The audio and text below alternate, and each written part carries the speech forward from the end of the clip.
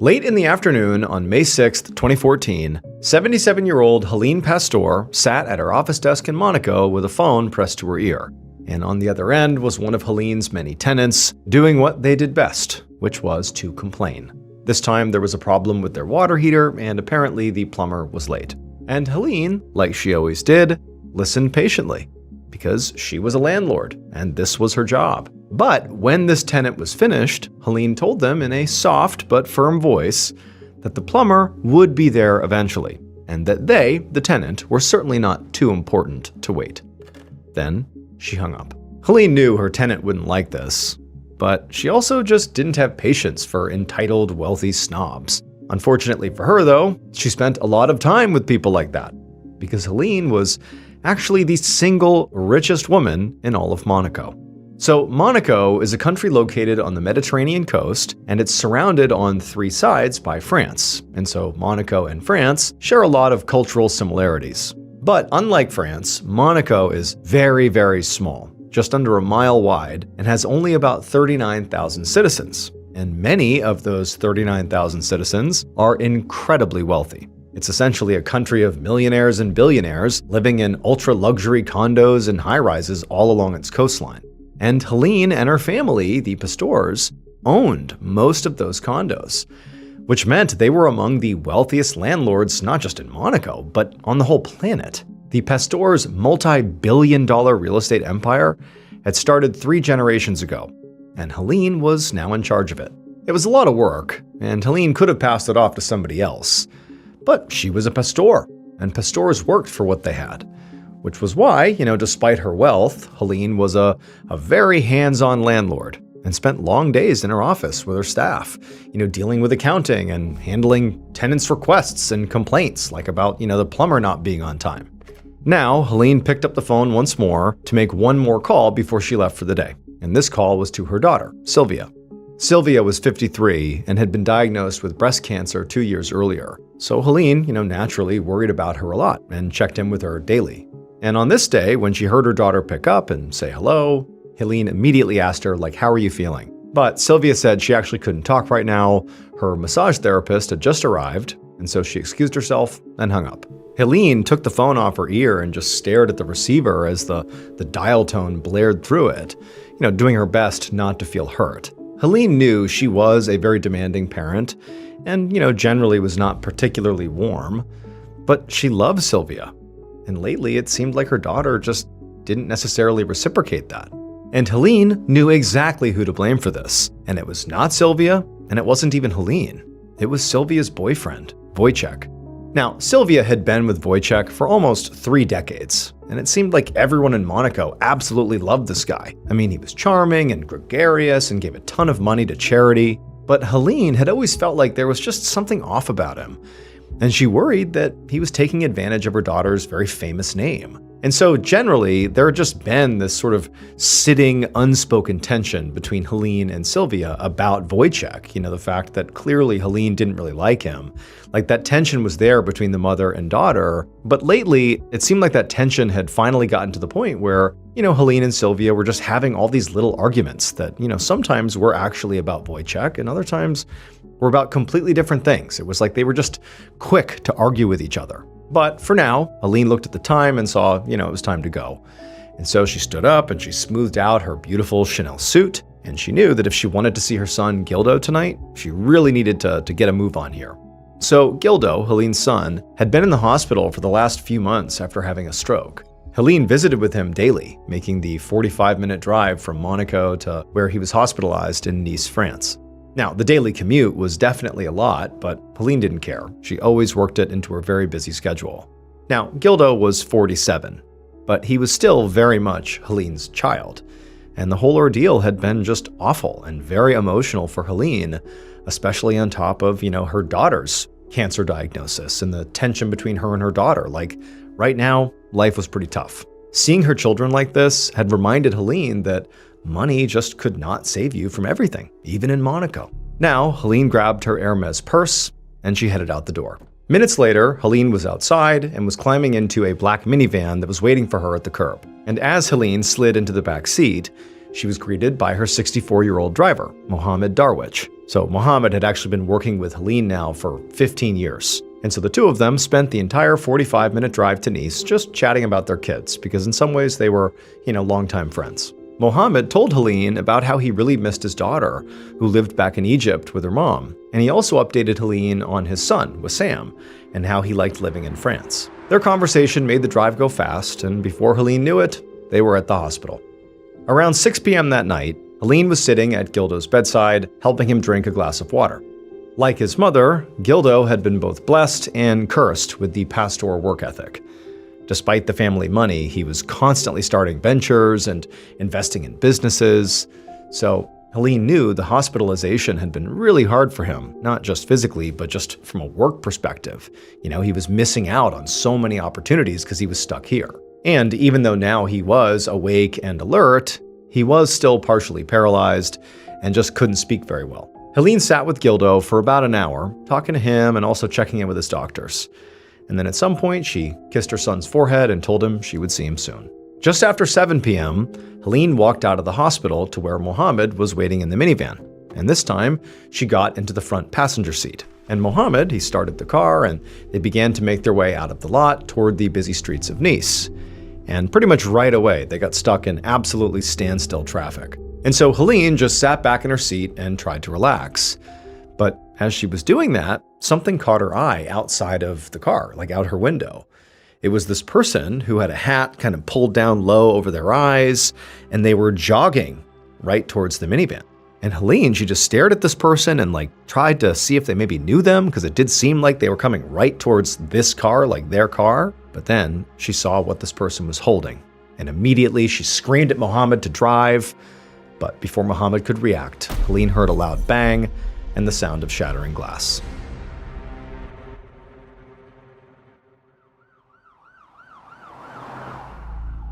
About 15 minutes later, the commissioner of the Nice police, Philippe Frison, pulled up to the hospital with the sirens on. He'd been in his office, about to finish up for the day, when he got a call about shots being fired, but he really didn't know how serious it was.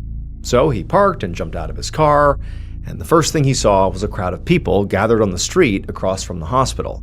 And they were all staring at this parked black minivan with Monaco plates and also a shattered passenger side window. Frison jogged over, and he was technically the first officer on the scene, but a firefighter standing by the minivan told him a few details based on what he'd seen and what the onlookers had been saying. Apparently, a man dressed in black had come out of nowhere on foot and fired 2 shots into the minivan, striking both the man and the woman who were in there in the head. The shooter had then disappeared back into the crowd, and witnesses saw a second man dressed in black follow after him. The firefighter said that both victims had been taken to the hospital in critical condition, but he didn't know, if they were still alive now, and he also didn't have any information on their identities, just that it was a man and a woman. Immediately, Frison's mind went to carjacking. Now, Nice did not have a huge amount of crime, but one of its more common issues was something called the car door grab, which was when criminals would target cars who were stuck in traffic, and they would rob these cars.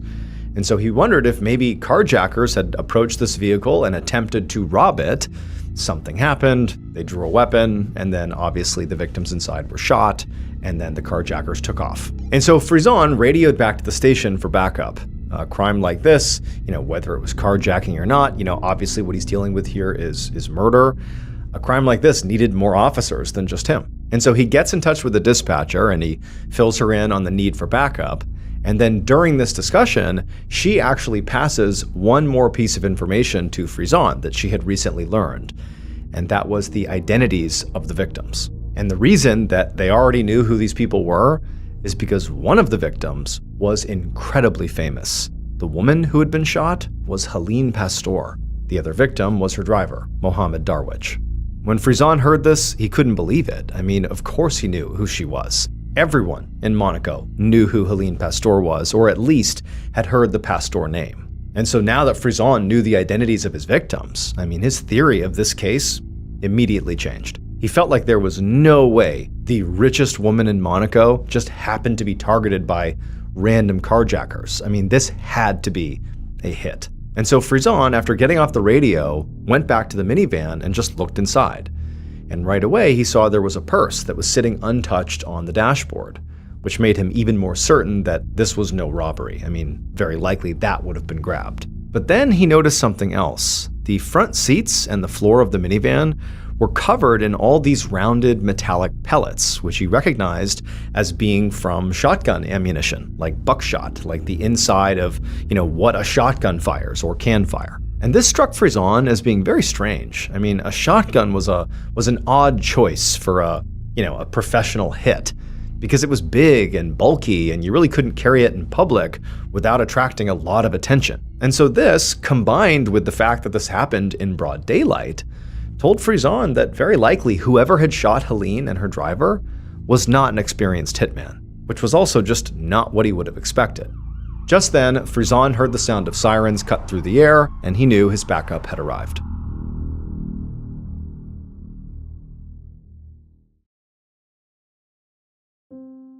A few hours later, Frizon was back at the police station talking to his team, which now included one of the city's very best detectives, investigator Catherine Messinio. Both of their victims, Mohammed and Helene, had survived, at least to this point. They were in comas, and their attack was already the leading news all around Europe. But Frizon was not particularly worried about, potentially not being able to solve this, because he knew he would have some answers soon. Not only had their technicians processed the crime scene and gathered swabs and other evidence from the minivan, but also Frizon's officers had found 2 security cameras near the scene that likely recorded the entire shooting. So in France, it was common for cities and towns to have like a network of closed-circuit surveillance cameras that law enforcement was able to access. And Nice had more of those cameras than any other city in the country. So Frizon was optimistic about what the footage might show once it finally arrived. But in the meantime, he wanted to speak to Helene's immediate family and friends and see if she had any enemies. The way Frizon saw it was, Helene's daughter and son, who she was very close with, Sylvia and Gildo, they would certainly know if there was anyone who wanted their mother dead. But Frizon also knew that her children were not just potential sources of critical information, they were also suspects. Frizon didn't have access to the details of Helene's estate, but he knew enough about the family to guess that whatever inheritance Helene left behind was literally in the billions, which meant that her death would likely make both Sylvia and Gildo billionaires. Now, Frizon didn't think that either of them had actually pulled the trigger here, but what Frizon did think was that both of them definitely had the motive and the means to hire somebody else to do the shooting. But Frizon had one big problem. Sylvia and Gildo, and really all of the people he really wanted to speak to, lived in Monaco. And since Frizon and his team were French, and this crime had happened in France, they had no jurisdiction in Monaco. So, in order to speak to Helene's children and her inner circle, they couldn't just walk up and demand an interview. Instead, they basically had to ask nicely. The next morning, Frizon sat in a very expensive-looking living room overlooking the beautiful Monaco harbor. Now, Frizon had been up all night and was basically running on fumes at this point, but he hoped, that was going to be worth it, because sitting across from him was Helene's daughter, Sylvia Pastor, and her 64-year-old boyfriend, Wojciech Janowski. When Frizon had reached out to Sylvia and Wojciech and asked them to speak with him, one, he had been sort of surprised at how quickly they had agreed to do it, but two, he sensed really not much emotion. Like they were sort of cold and detached and sort of quick to be like, sure, we'll meet up and chat with you about this, as if it was just no big deal. But now that he was face to face with them, it was clear that they were absolutely devastated. Especially Sylvia. Now, Frizon knew as much as he wanted to ask some sort of pointed questions here, he needed to be very careful, because Sylvia and Wojciech did not have to be speaking to him at this point. Like, they basically are just agreeing to do this interview, and at any point, they can say, enough, leave, and he would have to go. So Frizon, when he began, he just started out with some very light background questions about Helene. And in a very shaky voice, Sylvia described her mother as being very tough, but incredibly generous. She said they did fight a lot, but it was just over silly things, and they were actually, pretty close. Sylvia said she'd been battling breast cancer, and her mother had always called to check in, like she really cared. When Frizon asked about enemies, Sylvia shook her head, and she said, obviously, my mother is worth a ton of money, and so by default, she is a target. But she really didn't get out much. She didn't really engage with the Monaco social scene. She pretty much just worked all the time and looked after the family. Like, she just kept to herself. So I certainly can't think of anybody that would have wanted to harm her. When Frizon turned to Wojciech seemed equally mystified by this whole thing. He told Frizon that he and Sylvia had been together for 28 years and they had a daughter together. And so, he knew Helene very, very well. And he said that, his relationship with Helene had always been great and that Helene generally was like this incredibly generous person. I mean, especially really with him and with Sylvia. He said that even though he had his own businesses and his own income, totally separate from the pastors, Helene still would give him and his family money.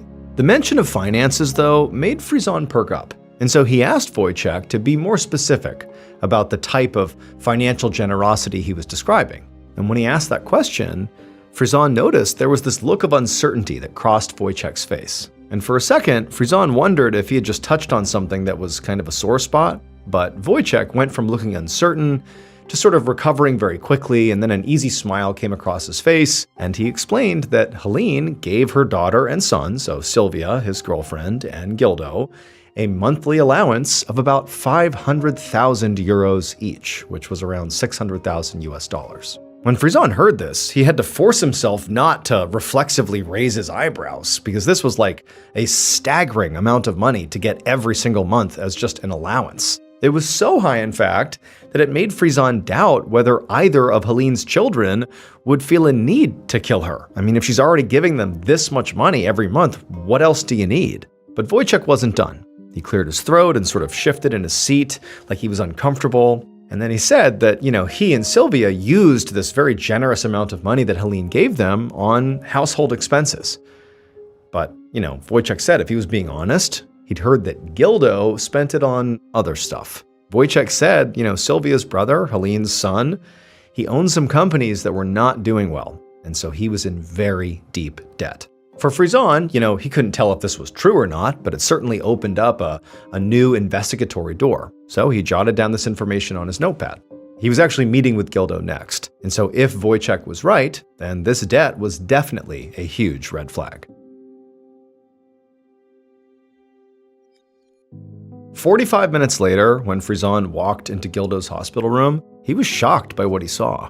Now, he had known that Gildo was sick, but he really hadn't been prepared for just how sick. Gildo could barely move or speak. The only way he could communicate was actually by blinking. But nonetheless, Frizon sat down by his bedside and began with a few simple questions. It took a long time for Gildo to blink out his answers, and he really couldn't communicate really anything more than a few words at a time. And it was also just kind of obvious to Frizon that even with these short answers, he just was not going to get much.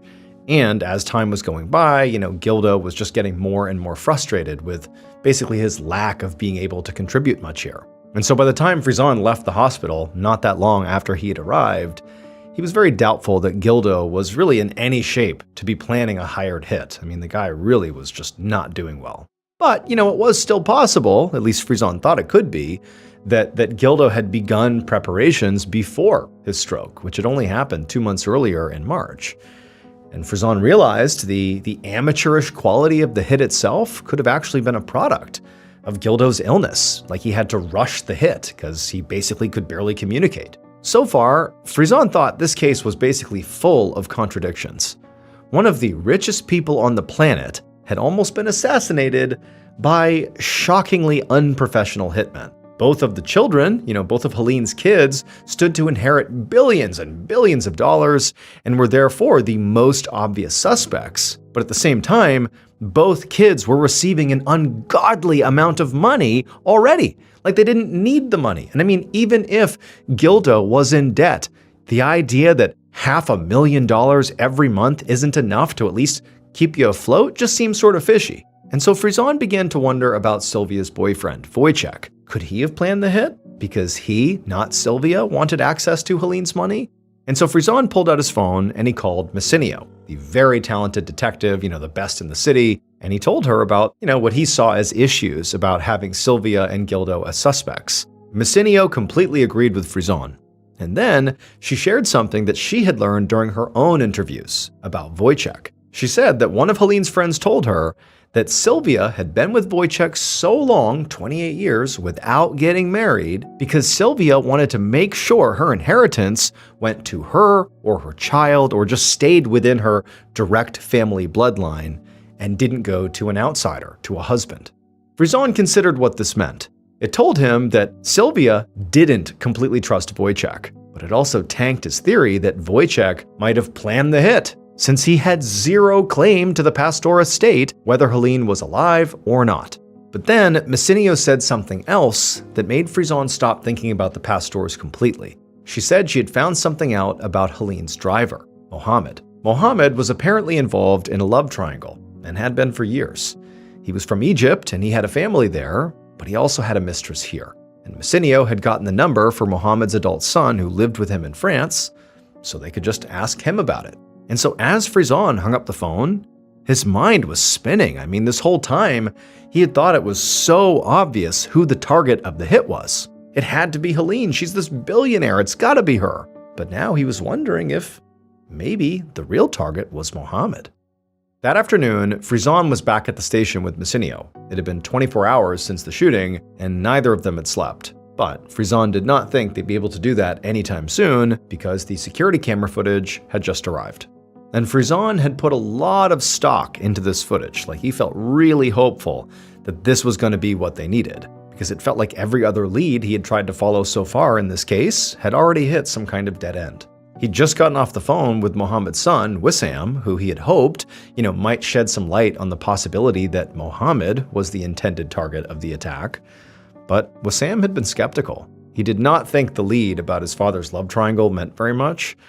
He said the mistress had been a part of Mohammed's life for a long time, and to be honest, nobody was particularly upset about it.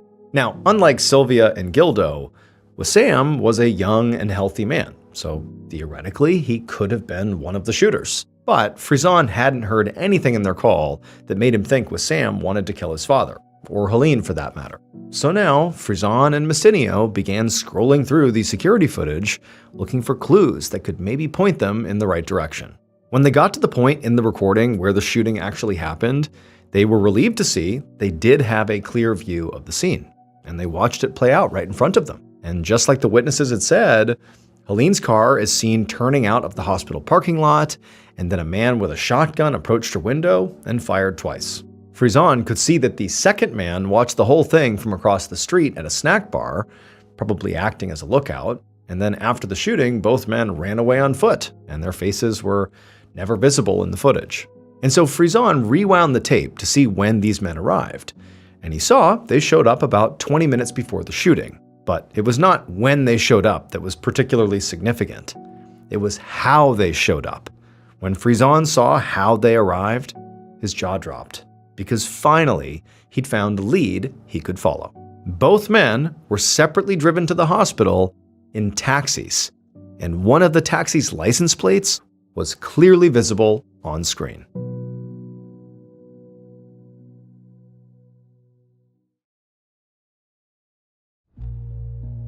That evening, Frizon, Messinio, and a group of officers burst into the lobby of Hotel Azur in Nice. In Frizon's hand was a photo of both of the shooters.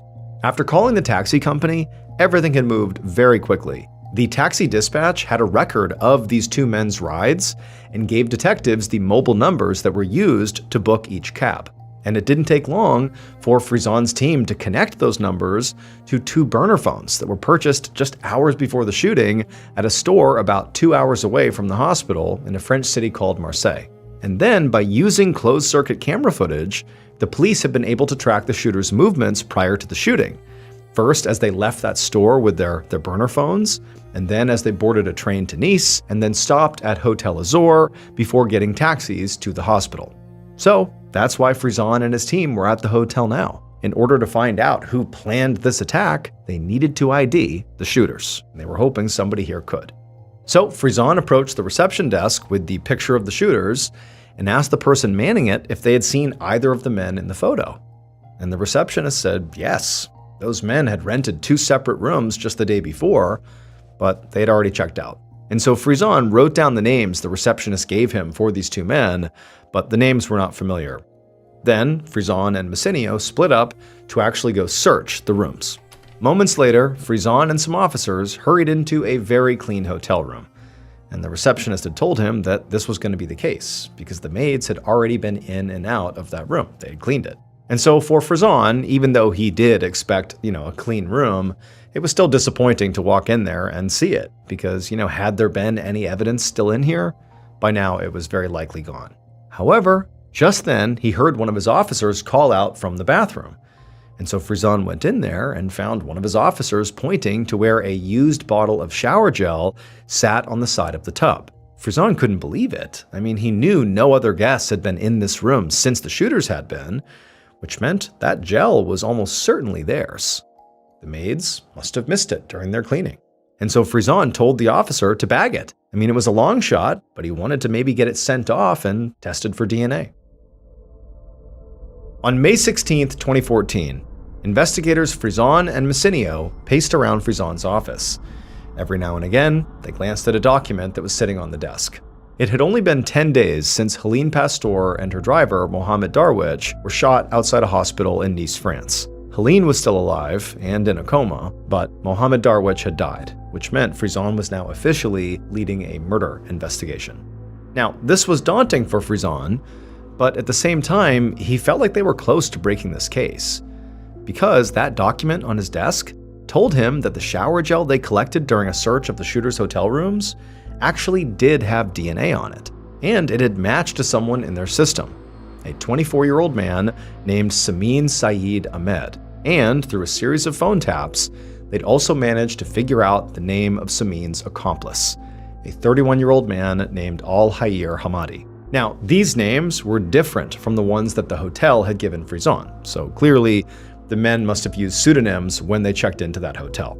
Now, both of them did have prior criminal records, but like Frizon had suspected, they were not like professional killers. They were just petty criminals and drug dealers from a neighborhood in Marseille that had the highest crime rate in the entire country.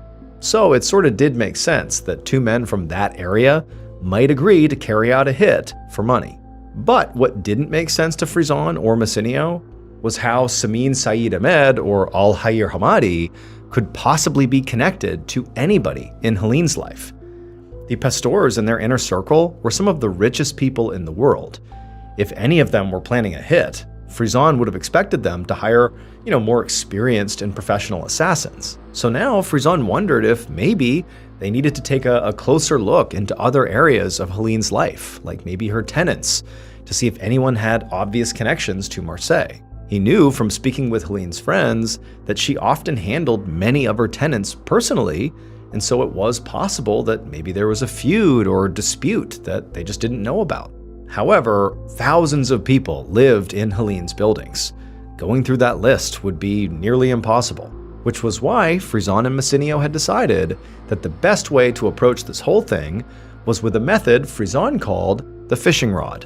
Instead of arresting the shooters, Samin and Al-Hayir, they would watch them and keep their phones tapped and see if they led police to whoever hired them. However, while they were figuring all this out, Frizon's phone suddenly rang, and when he answered it, he got very unexpected news. It was the hospital. Helene had woken up from her coma. And so first thing the next morning, Frizon sent Messineo to the hospital to interview Helene, and then after sending her out, Frizon waited anxiously at the station for her to return. He was hoping that Helene could simply tell Messineo who wanted her dead, and then they could just close the case. Easy. But when Messineo came back that afternoon, she did not have good news. Helene had told Messineo that she was terrified, and she had lots of things that she wanted to tell the police. And at one point, she seemed like she was on the verge of actually, giving Messineo a name or just something really meaningful. But then she'd literally just struggled to breathe, and medical staff had rushed in to stabilize her, and they hadn't been able to finish the interview. Frizon was so disappointed. They'd been so close to maybe hearing the truth directly from the mouth of their victim. And now they might never know. It would turn out 4 days later, before the police ever had a chance to have another interview with Helene, she died.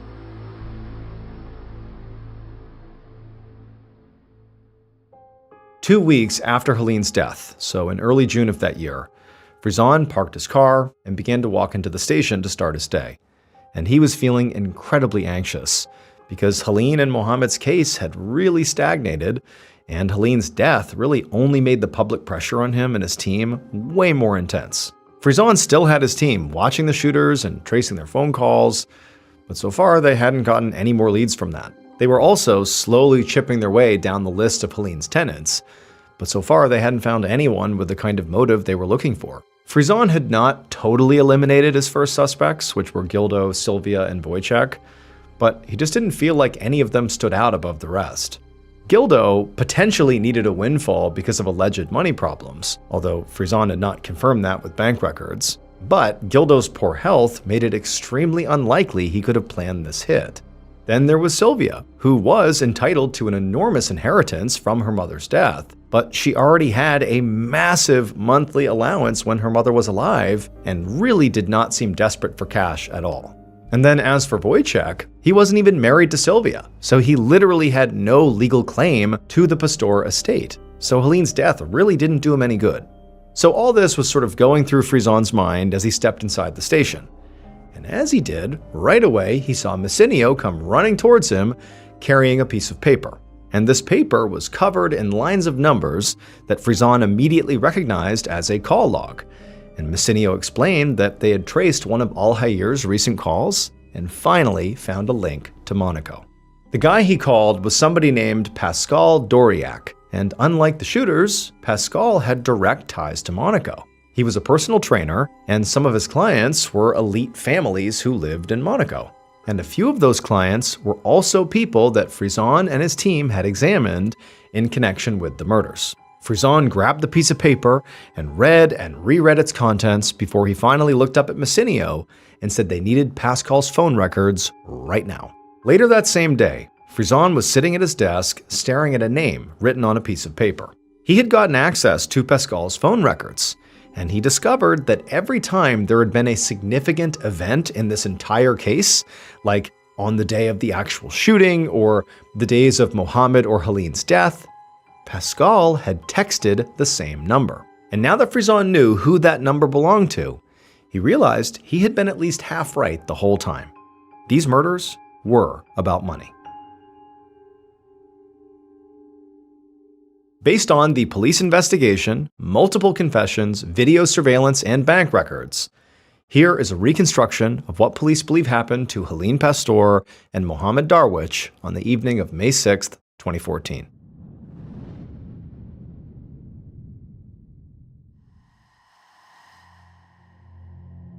Around 7 p.m., the hitman named Samin Saeed Ahmed strode toward Helene's black van.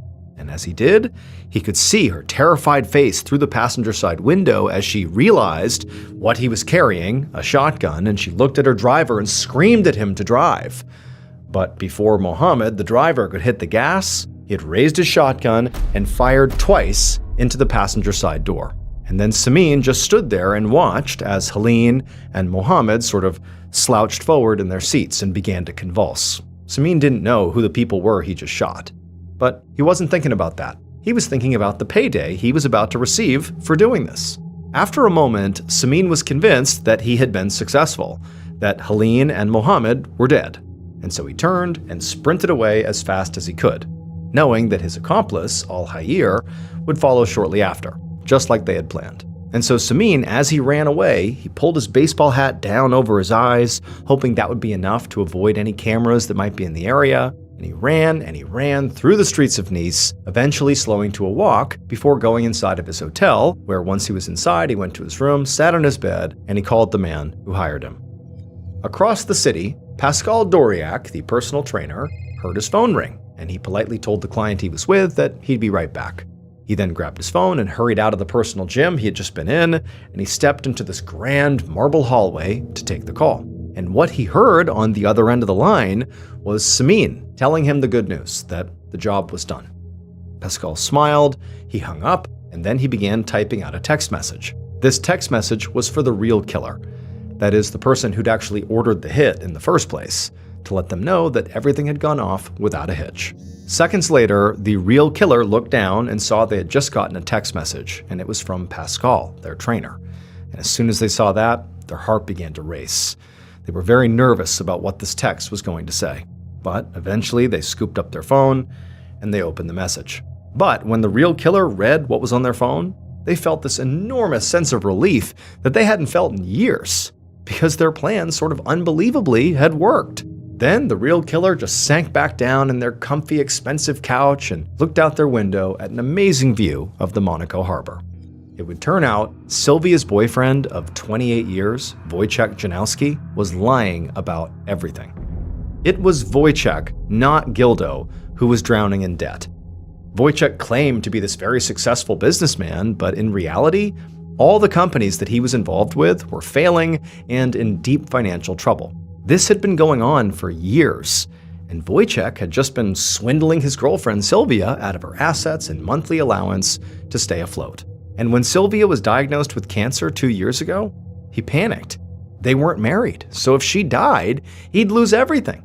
But he believed if Sylvia inherited the family fortune all at once, he could easily steal it from her and wipe out his debts. Wojciech had also been lying to investigators about his relationship with Helene. The reality was, they hated each other.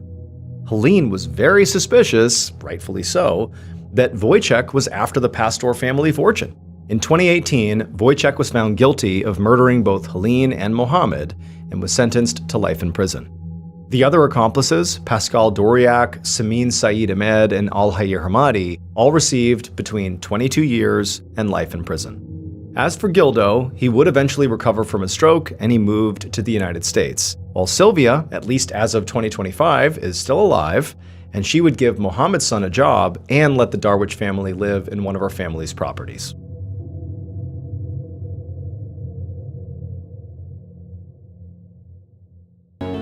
If you hop in a boat just off the coast of Aberdeen, Scotland, and you cruise eastward, after about 7 hours, depending on your speed and the weather, you would come across this massive man-made structure jutting up out of the ocean. It looks like a cross between a construction site and a corporate office building sitting on top of 100-foot-tall metal stilts. It's called Magellan, and it is an offshore oil rig, and it will remain in place until all the oil has been sucked up in that area. The people who work, often for weeks or months at a time, on rigs like Magellan are known as roughnecks, and they have one of, if not the most dangerous job in the world. All exterior surfaces on these offshore rigs are always slick, either with water or oil, and so there is a constant risk of falling, sometimes hundreds of feet. If you're up on a higher platform, you could fall to a lower platform, which could be fatal, or you could fall clean off the rig all the way to the ocean 100 plus feet below.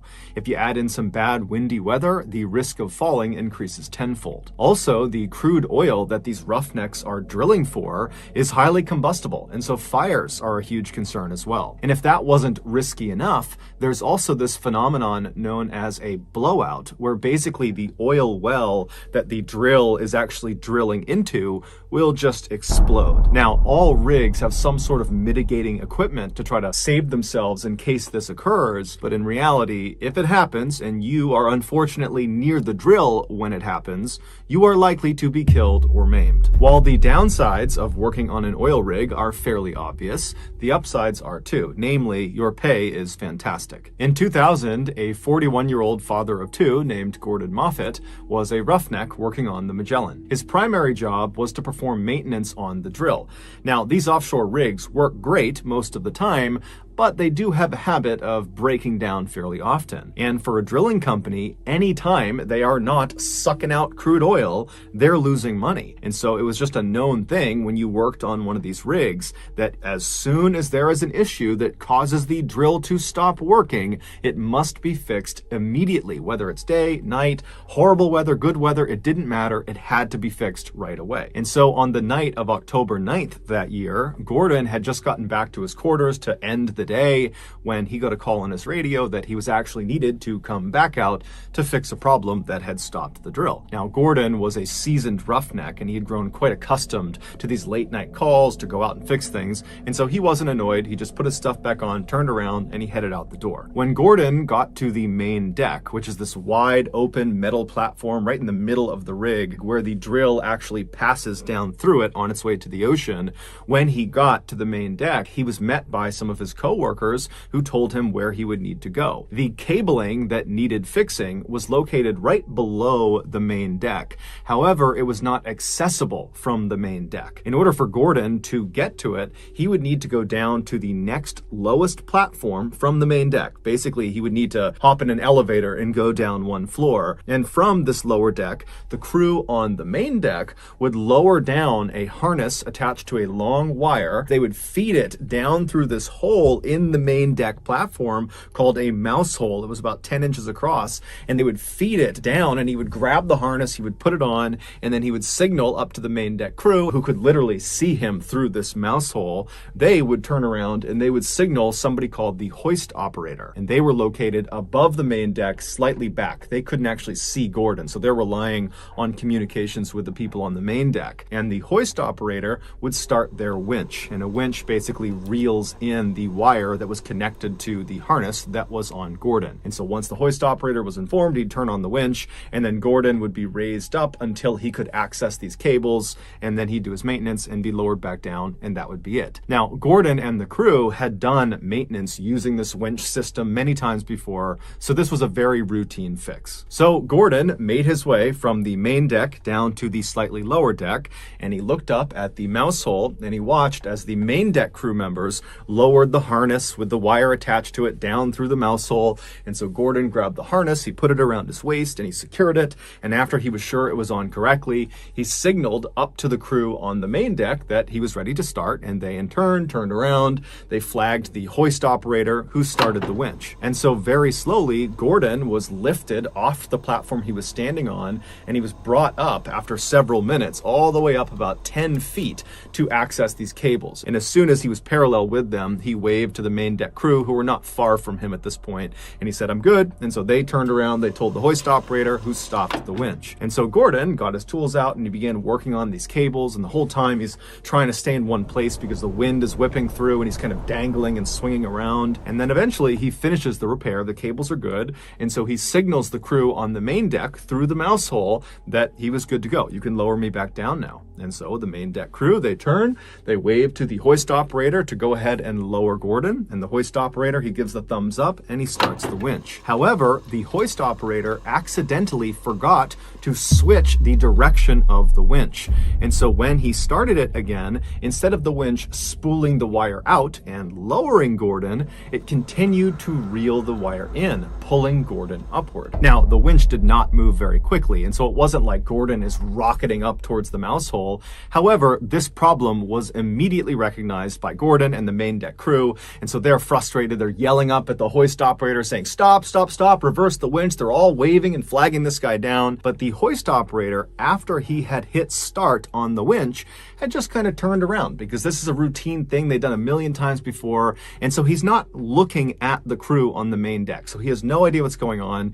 And it was so windy and loud that night on board the rig that he couldn't hear their cries. And so the winch just continued to reel in the wire, slowly raising Gordon closer and closer to the mouse hole. Now, Gordon could not get out of his harness unless he was on the platform below. So there was no way to escape the situation he was in. And so Gordon, after a few seconds of this not stopping and him continuing upward, he starts screaming. He's not annoyed anymore. He's terrified. And so is the crew on the main deck. They are now frantically screaming at the hoist operator to stop the winch, but nothing is working. And so one of the main deck crew members, sensing that they need to do something different to get this guy's attention, he runs away from where the mouse hole is to this nearby phone. And this phone is connected up to the hoist operator station, and he picks it up and it starts dialing. Up in the hoist operator station, he's still not paying attention when the phone rings.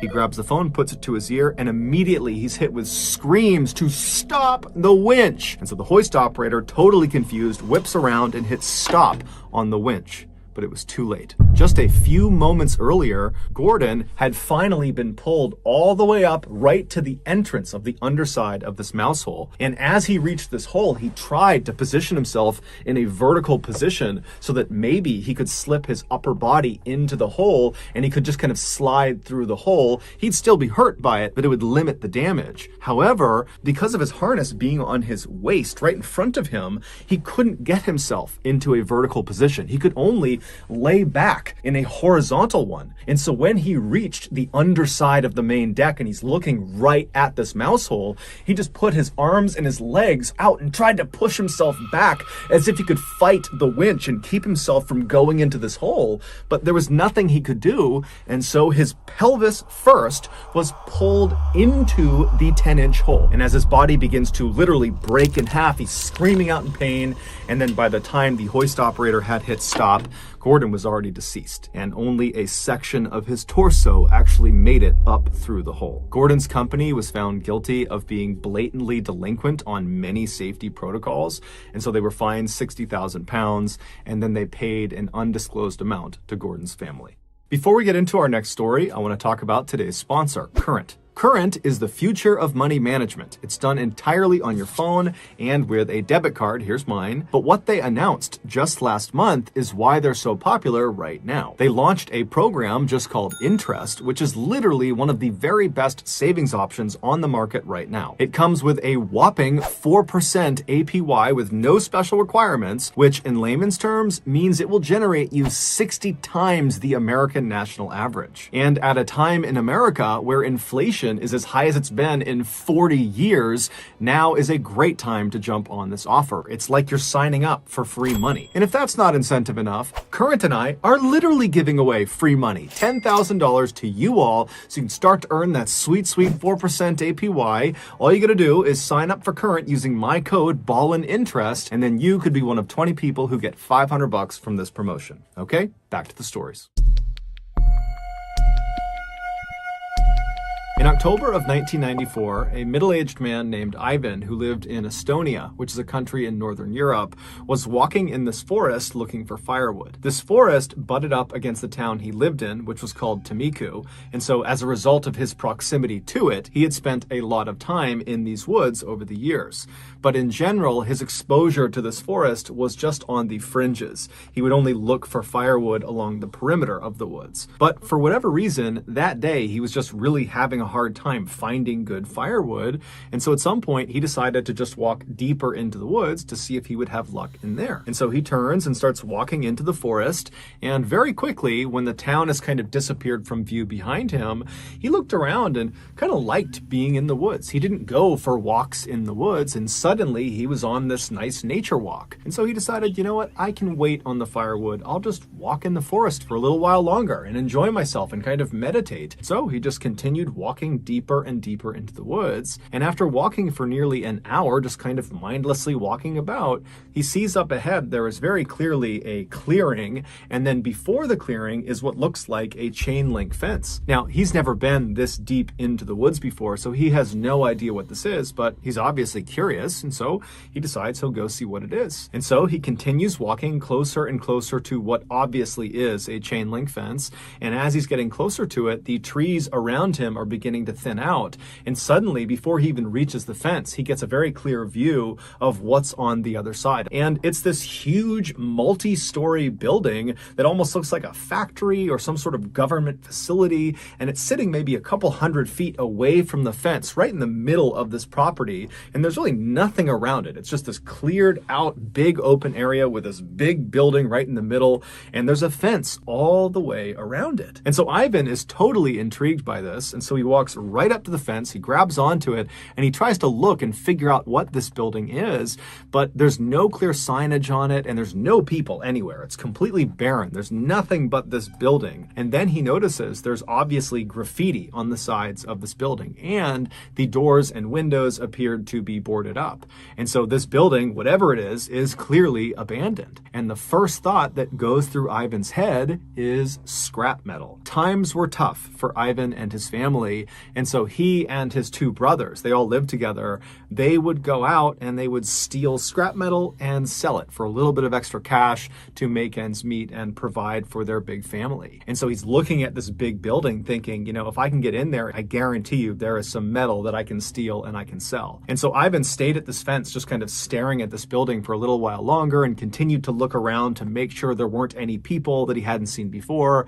And after feeling satisfied that this really was a totally abandoned building, he turned around and began hustling back towards town. And when he finally made it to town, making sure to grab some firewood along the way, he rounded up his two brothers and he told them about this find in the forest. And they all very excitedly agreed that that night they would go right back out there and they would go inside the building and see what they could find. And so around 9 p.m. that night, the brothers met up and they had flashlights and a set of bolt cutters, and they headed into the nearby forest and they marched their way all the way up to this fence that Ivan had found earlier in the day. And they lifted their flashlights up and they scanned through the fence all over the property. And when they didn't see anyone, they put their flashlights down and one by one they climbed up and over this fence. And then once they were all on the other side, they began making their way up to this huge building sitting in the middle of the property. And when they got up to this building, they confirmed it definitely looked like it was abandoned, except all of the doors and windows were sealed in such a way that even with bolt cutters, there was just no way to pry them open. They were not going to get inside this building. And so after a little while of still trying to kind of smash their way into this building, the brothers all linked up and they decided, you know what, we're not getting in, and the longer we stay here, the better the chances are that we get caught. And so let's just head back. And so feeling totally dejected, they turn and they start walking back towards the fence they hopped in on. And as they're walking along, they're kind of shining their lights left and right and looking around. And off to the far right side of the property, there is this small shack that they had not noticed on their way in. And so the brothers look at each other and they're like, hey, you know, we're already on this side of the fence. We might as well go check it out and see what's inside of it. Maybe there's scrap metal in there. And so the brothers turn and start making their way over to the shed. And when they get there, they discover it's only secured with a simple padlock on a wooden door. And so they get their bolt cutters, they pop off the lock, they open up the door, and there's initially nothing inside. At least that's what they think. But they move something on the ground and it reveals this stairwell that leads into this underground bunker. And now it's the middle of the night on this abandoned property they've snuck into. And so there's some apprehension, but they shine their lights down the steps and they didn't see any immediate hazards. And they're thinking, you know what, this is an adventure. Let's go down and see what's down there. And so they all went down the steps. And when they got down to the bottom, they turned the corner and they shined their light to see what's down here. And what was down there was this huge cellar that was full of scrap metal. There was metal all over the ground, and then there were also these shelves that went as far back as their lights could shine, and on the lower shelves there were these weird square metal boxes that almost looked like briefcases, and then above those on the top shelf were 55-gallon aluminum drums. And in the brothers' experience, these drums were very, very valuable, except they needed to make sure they weren't full of some liquid, because if they're full, they weigh like 500 pounds, and there's no way they'd be able to get them out, and then trying to open them up and spill whatever's inside of them is hazardous for a lot of reasons. And so they walked over to the first 55-gallon drum they saw and they pushed it to see if it was empty.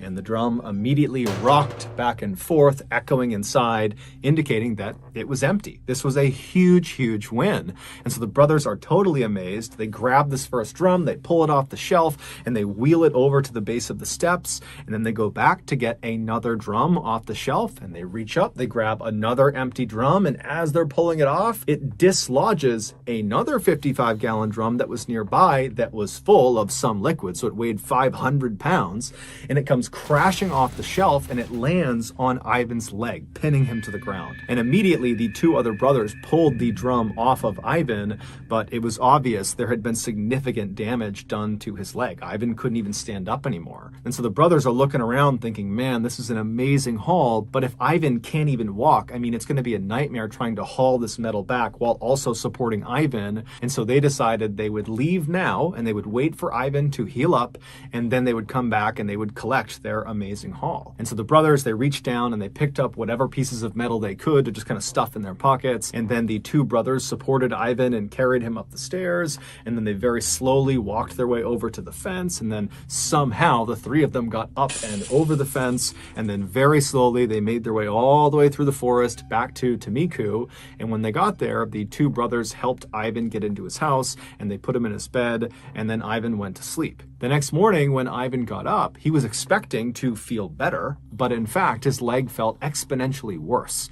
And then over the course of the next 72 hours, Ivan still believed if he just gutted it out and he waited, his leg would get better, but it just got worse and worse and worse. And so 4 days after this leg injury, Ivan was in so much pain, he couldn't do anything. And so he finally decided he had to go to the hospital. And so when he gets to the hospital, the doctor asks Ivan, what happened to your leg? And Ivan would tell him that, I was in the woods and a tree fell on my leg, because he didn't want to admit to trying to steal scrap metal. And so the doctors, they accepted this. It seemed totally reasonable based on what his injury looked like.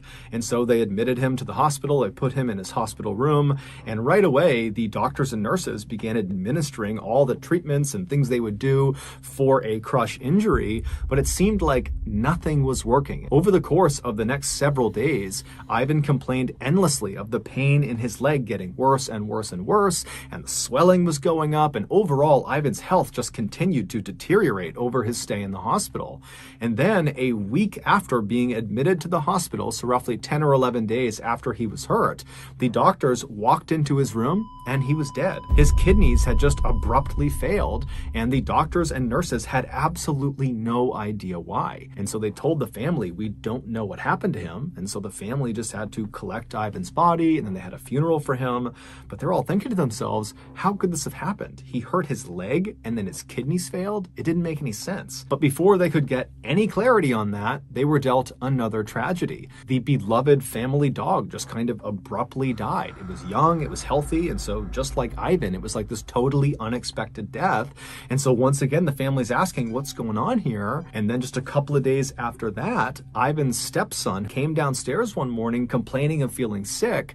And when his family looked at his hands, they were blistered and covered in boils and looked like he had just reached his hands into a fire or something. But he would tell his family, I didn't do that. I don't know what's going on with my hands. I don't know why I feel so sick. And so the family rushed the boy to the hospital, and naturally the doctors asked him, how did your hands get this way? What happened to you? And the boy would say, I don't know. But over the course of this initial discussion with doctors, the boy would tell them that over the last couple of days, he had been sifting through his stepfather, Ivan's possessions, and he had actually been using some of Ivan's tools from his toolbox. Now, the doctors were already aware of the strangeness around Ivan's death, and they were aware of the sudden passing of the family dog, and now they're seeing this boy who is showing up with these strange symptoms for no particular reason. And so the doctors knew something was off. And so on a hunch, they contacted the authorities and they told them what they thought. And then later that day, the authorities showed up at Ivan's family's house. And when they got out of the car, they were covered head to toe in white hazardous materials suits.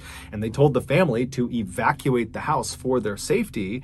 And then these people in suits got out these special wands and tools, and they marched into the family home, and immediately all their equipment led them to this one particular closet near the kitchen. And when they opened it up, in the closet was Ivan's toolbox, the same one the boy had been handling over the past couple of days. And when they opened that up, they found there were lots of normal tools you would expect inside of a toolbox, and they discovered one strange piece of scrap metal. It was the only piece of scrap metal that Ivan had grabbed off the floor of that cellar and tucked in his pocket before he and his brothers had left. And then after Ivan had passed away, his stepson had been going through his things and he had discovered this piece of scrap metal, and for whatever reason, he had transferred it from the jacket to Ivan's toolbox. What Ivan and his family didn't know was that that piece of metal was extremely dangerous, because it came not from some abandoned building on some abandoned property in the middle of the forest.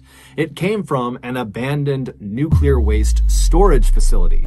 That is what Ivan and his brothers had snuck onto. But because Ivan and his brothers had hopped over that side fence, they didn't see any of the warning signs that are posted on the front of the front gates telling people to stay back. Inside that cellar that the brothers were in, those small metal briefcase looking things on the lower shelves were shields for radiation. Inside of each of them was radioactive metal. And when that full 55-gallon drum came crashing off the shelf and smashed into Ivan's leg, his leg was not the only thing it smashed into. It smashed into one of those metal briefcases and broke it open, sending the radioactive metal inside of it flying out, and it landed right next to Ivan on the ground. And so when the brothers scrambled to pick up whatever loose scrap metal there was on the ground, Ivan unfortunately grabbed one piece, and it was the radioactive one. By the time Ivan finally got back to his house, he was actually already dead. He just didn't know it yet. That piece of metal had been inside of his jacket pocket, and it had been pressed against his body long enough that he had been dealt a fatal dose of radiation. There was nothing anybody could have done, even if they knew what had happened to him. As for the dog, it used to sleep on Ivan's jacket, and it did so when this piece of scrap metal was inside of it, and so it too died of radiation poisoning. As for Ivan's stepson, the reason his hands had been so badly burned and why he had become so sick, that was just from his brief exchange of touching the piece of scrap metal and then putting it in Ivan's toolbox. That alone had done that much damage to him. When the doctors considered the strangeness of Ivan's death, the dog's death, and now this boy's symptoms, they did suspect radiation poisoning, and so that was how the authorities were able to get to their house and very quickly locate that toolbox. Amazingly, Ivan's stepson and the rest of Ivan's family, including his two brothers, would make full recoveries. However, several months after this event, and after authorities had come in and said their house was clear of radiation, the grandmother would suddenly die, totally unexpectedly. She was healthy, nothing was wrong with her, and so even though it was not officially cited as having been caused by radiation, many people believe it's from the exposure she had to this piece of scrap metal. In 2017, 71-year-old Bernard Gore was a retiree living in Tasmania, which is an island state of Australia. In January of that year, he and his wife of 50 years, Angela, decided to go visit their daughter who lived in Sydney, Australia. Now, they made this trip with some regularity, and they developed a sort of routine for every time they visited. They would land in Sydney, and then the first day they would spend it entirely with their daughter at her house. And then the next day, Angela would get up early, and she would head out into town and do some shopping on her own. And then sometime in the afternoon, Bernard would head out and he would meet up with her for lunch at a very popular spot. It was called the Westfield Center Mall, and they had an amazing food court. So on January 5th of that year, Bernard and Angela, they land in Sydney, and like they always did, they went straight to their daughter's house and they spent the day with her. And then early the next morning, Angela got up and she headed out to do her shopping. And before she left, she confirmed with her husband that they would meet up for lunch at Westfield Center Mall. Now, as it happened that day, Angela actually chose to do her shopping at Westfield Center Mall. And so she was there around lunchtime when she was supposed to meet Bernard. And so when she looked at her watch and she realized it was time to meet him, she just simply stepped out of the shop she was in and headed over to the food court. And when she got there, she found their meeting spot. It was in front of one of their favorite restaurants. And she sat down and then she scanned around looking for her husband. But inside of this busy food court,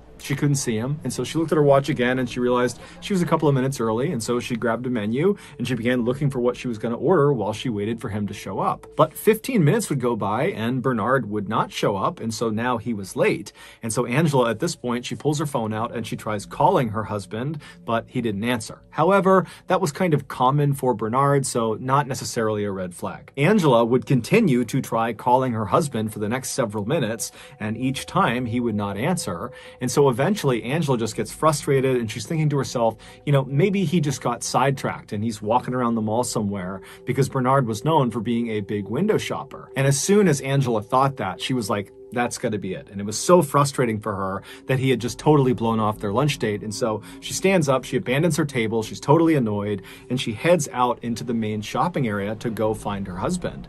And so she's walking along, looking in each of the windows, expecting to see her husband. And at the same time, she's looking over her shoulder back towards the food court to see if maybe Bernard had shown up. But after 30 minutes of wandering around kind of right near the food court and not seeing him anywhere, Angela thinks to herself, you know what? I bet he thought we were supposed to meet at our daughter's house first. And so he probably hasn't even left the house yet. I bet he's just there waiting for me. And so Angela, when she realizes this, she stops looking for him in the mall. She turns around and she begins walking towards the mall exit. But before she reaches the exit door, a terrifying thought crosses her mind. What if Bernard got confused and has no idea where he is right now? A recent unfortunate development for Bernard was that he was showing early signs of dementia. It hadn't fully taken a hold of him yet, but he was clearly starting to forget things that he shouldn't. And so as soon as Angela thought of this, she went from being annoyed with her husband to being very worried about her husband. And so she sped through those doors outside and speed walked all the way back to her daughter's house, which was not far from the mall. And the whole time she's walking, she's telling herself she's going to walk inside and she's going to see Bernard. He's going to be in the house. But when she got to the house and went inside and saw her daughter said, "No, Dad left about 2 hours ago to go meet you. I haven't seen or heard from him since." Now, of course, both of them were extremely worried for Bernard, but they decided to just stay calm, that the best thing they could do right now would just be to stay put, stay at their daughter's house and wait for Bernard to eventually come back, because the only other logical place he would go would be his daughter's house. And so they sat at the house, just kind of waiting, looking at the door, waiting for him to come in. But he didn't, and by 8 p.m., 6 hours after anybody had last seen Bernard, he still had not shown up. They couldn't get in touch with him, and so Angela called the police and reported him missing. Immediately, the police contacted the Westfield Center Mall security team and said, "Hey, we're looking for this guy," and they went right down to the food court where Bernard and Angela had said they were going to meet, and the mall security team walked all around, and they walked into all the nearby shops and kind of scanned the immediate vicinity near their meeting spot. But they reported back to police that there was no sign of Bernard. And they would also tell police that after reviewing their camera footage, and this mall had hundreds of cameras covering every angle, inside and out, I mean, everything is covered. They would tell police, after reviewing the footage, we didn't see Bernard enter or exit the mall at any point today. He was not here. And so the police, they take this information and they go back to Angela that night and they say, "Hey, look, we talked to the mall, and based on their security footage, they have no record of Bernard ever being in the mall. Do you have any idea where he could have gone?" And Angela would say, "No, the only places would have been the mall or maybe at our daughter's house." This is also when Angela explained to police that her husband had early signs of dementia, and so it was possible that he might have just gotten confused and he could be out on the street somewhere. But she assured the police that her husband, whenever this happened, whenever he got confused, he would just sit down and he would try to ask for help from anybody passing by, or he would just sit where he was and he would wait for his family to come find him. And so with this knowledge, the police went back out and they widened their search and they began looking in all the areas that were within walking distance of the Westfield Center Mall. At the same time, Angela and her daughter began trying to retrace Bernard's footsteps from the daughter's home in the direction of the Westfield Center Mall to see if maybe there was something obvious along the route that might have sidetracked him and kind of led him astray, and that maybe he'd be somewhere else in those directions. But as they were walking around, there really was nothing that stood out to them. And then eventually it just got too dark out and they had to just turn it in and go back to their house and hope that the next morning when they got up, the police would have found Bernard and that he was okay. But the next morning when they got up, the police had not found Bernard. There was no sign of him. There was no clues, nothing. And unfortunately, over the next several weeks, there was no sign of Bernard. Nobody knew what happened to him. On January 27th, so 3 weeks after Bernard had gone missing, a maintenance worker at the Westfield Center Mall was walking down the staff-only passageway. It was basically like this tunnel with no windows, all concrete. They kind of looped around the outside of the mall to help workers get to and from certain locations in the building. He's walking down this passageway when he looks down this one hallway that was very rarely used, and he sees at the end of it, barely lit up from the lights inside, there looks to be some equipment kind of propped up against the wall. And he's thinking to himself, there's no reason someone would leave their equipment at the end of this very rarely used hallway. It didn't make any sense. And so he decided to walk down and see whose equipment it was. And so he's making his way down and he's getting closer and closer, and he still can't quite figure out what it is. The lighting's not great, but when he gets close enough to see what it is, he stops where he is, he turns around and he runs back down the hallway. He finds the nearest exit it, he goes outside, and he calls the police. Back on January 6th, on the day that Bernard and Angela were supposed to meet up for lunch, Bernard did leave his daughter's house and he walked straight to the mall, and he got there. He arrived at the Westfield Center Mall and was picked up on camera walking into their food court. But the staff at the mall who reviewed the footage for police, they only looked at a handful of cameras. There's hundreds of cameras. They only looked at a couple, and so they missed this crucial footage of Bernard. And what the footage would have shown them was Bernard making his way into the food court ahead of Angela. Angela's nowhere to be found. And Bernard, instead of sitting down at their meeting spot in front of this restaurant, Bernard suddenly looks like he's confused, and he turns and he walks to this emergency exit door. He presses it in, he steps inside, and the door shuts behind him. Now, the Westfield Center Mall is not your average mall. It is massive. There are 6 floors to it, nearly 300 shops and restaurants.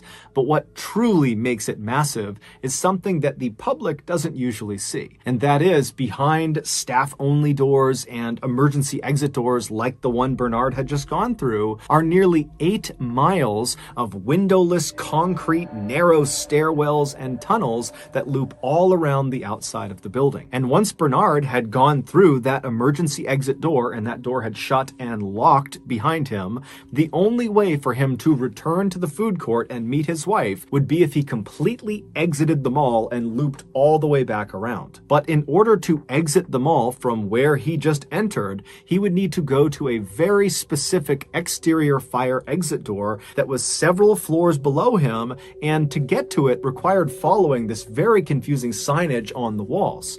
And so if you did it correctly, you would basically go down the hallway, find this particular stairwell, you'd go down a couple of levels, and then at some point, without really any signage, you would get to the appropriate floor and you'd go down the hallway into this maze of more hallways, and then finally you'd reach this kind of nondescript exit door, and that would be your exit. Finding your way from where Bernard entered all the way to the exit of the mall would be challenging for someone thinking clearly, and clearly Bernard was not. Bernard was confused and likely really didn't understand where he was or what he was doing or why he was there, and so he did not follow these directions. Instead, he just began wandering down the hallway, and he would have immediately passed the one stairwell that would have very circuitously brought him down but out of the building. He passed that stairwell and he just kept on walking, and eventually he walked into this staff-only area, which was even more confusing because there was no signs telling him where to go, and virtually every door he encountered would have been locked. And so as Bernard wandered through this concrete maze and got more and more mixed up and confused,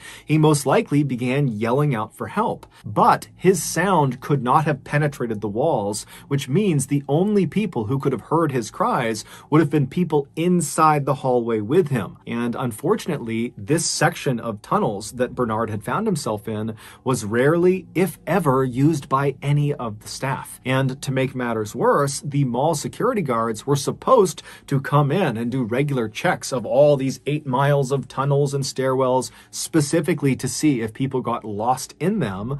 But over time, the security guards kind of stopped doing that. And there were no security cameras inside of this particular segment of tunnels that Bernard found himself in, and there was no cell phone reception. So had he tried calling anyone, it wouldn't have worked. And so truly, Bernard was on his own. And so after several hours or days of Bernard aimlessly wandering around this maze, hitting dead end after dead end and reaching locked door after locked door, Bernard at some point turned a corner and looked down at the end of a hallway, and he saw there was a chair up against the side of the wall.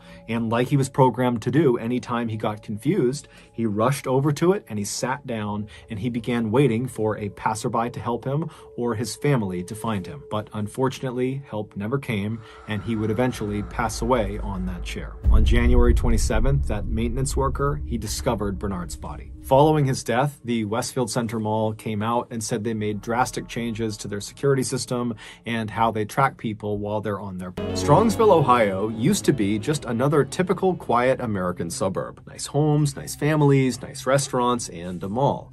But in late 2017, a discovery was made in Strongsville that put this town on the map in the worst way possible. To understand this discovery, we need to go back to early 2016 when this town's nightmare began. In early 2016, two longtime Strongsville residents, Bruce and Melinda Pleskovic, received some very exciting news. Their 20-year-old daughter named Anna and her 20-year-old fiance named Jeff had just told them they were expecting a baby girl. And so Bruce and Melinda were totally excited about the prospect of finally becoming grandparents, but at the same time, they knew Anna and Jeff did not have very much money. Anna still lived at home with Bruce and Melinda. She did have a job, but she made very little money. She was a waitress at a local Applebee's restaurant. And as for Jeff, he had a better job working as a service technician for a heating and air company, but he didn't have enough money to support him and Anna. In fact, he didn't even have enough money to move out of his parents' home. He was still living with them on the other side of Strongsville. And so this couple, they're really excited about their baby, but Bruce and Melinda are thinking, we really got to find a way to support them because they're just not prepared for this first child. And so Bruce and Melinda, they talked it over and they decided the best way to support this young couple was to tell their daughter if she wanted to, she could invite Jeff to come stay at their house. That way the two of them could be together, and once they had their daughter, Bruce and Melinda could be the great grandparents and help take care of the baby. And in general, this would allow the couple to just continue to save money and move out when they were ready. And so when they told Anna they were willing to do this, Anna was so happy, she was so grateful. She called Jeff, and Jeff was equally happy and grateful and said, yes, I would love to move in with you guys. So it took several months, but finally in June of 2016, which was the same month that Jeff and Anna welcomed their daughter to the world, Jeff would leave his parents' home and move into Bruce and Melinda's home. And almost immediately after he moved in, he and the rest of Anna's family began experiencing some very strange and disturbing things around their property. Just a few days after Jeff had moved in, he and Anna were home alone. They were on the main floor of the house and they were having dinner at the kitchen table. And at some point, Jeff just happened to glance out one of the back windows that looked out into their backyard. And now this property had this huge sprawling backyard. Basically, they had all these houses kind of in a row, and they all had almost like a communal backyard, this big open space. And so Jeff is looking out into this huge backyard, and he sees off in the distance something strange. He doesn't really know what he's looking at because it's nighttime, it's dark, but he stands up and he walks over to the window, and as he's looking out, he sees way off on the backside of their property are these four strangers just standing there, appearing to be smoking something, and they're just kind of looking up at the Pleskovic house. And so Jeff is looking out the window at these four, not really sure what to make of them, and he calls Anna over, and so Anna walks over, and the two of them are looking out, not really sure what to do. I mean, on the one hand, these four people who they clearly didn't know, or they believed they didn't know, were definitely trespassing.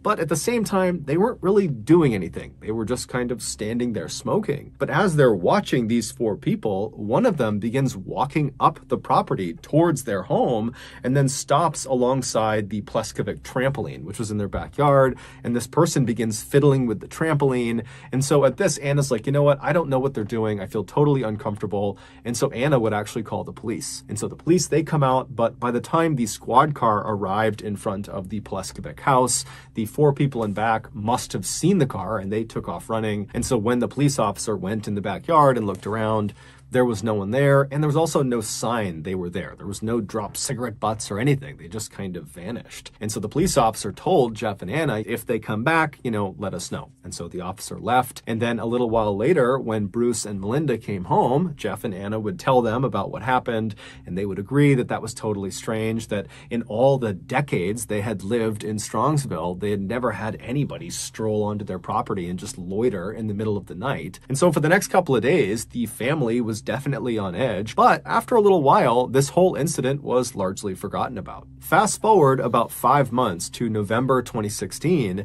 and Anna was home alone with her young daughter, and she's playing with her daughter on the first floor of the house towards the front of the house. And as she's playing with her daughter, she suddenly hears what sounds like someone trying to open the back sliding glass door on the back of the house. And so instinctively, Anna thinks, okay, Jeff must be out there, or my parents must be out there, and they don't have a key or something. something. And so she scoops up her daughter and she begins walking towards the back of the house to open this door for them. And when she walks into one of the back rooms, before she reaches the back door, she happens to look out one of the windows that looked out into the backyard. And standing right up against the glass is this unknown male figure with his face pressed up against the glass. And so Anna just freezes and stares at this guy. And then this guy, he notices Anna and he ducks down out of view. And now Anna's thinking to herself, this is the guy. He must have been trying to break in my back door. I'm home alone. I don't know what's going on here. I don't know if he's going to try to break in again.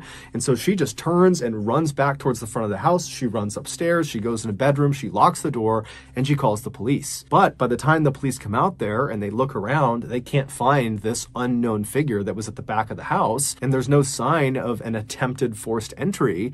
And so unfortunately, they told her, look, I'm sure this was very traumatic for you, but there's really nothing we can do here. There's no evidence to suggest who did this.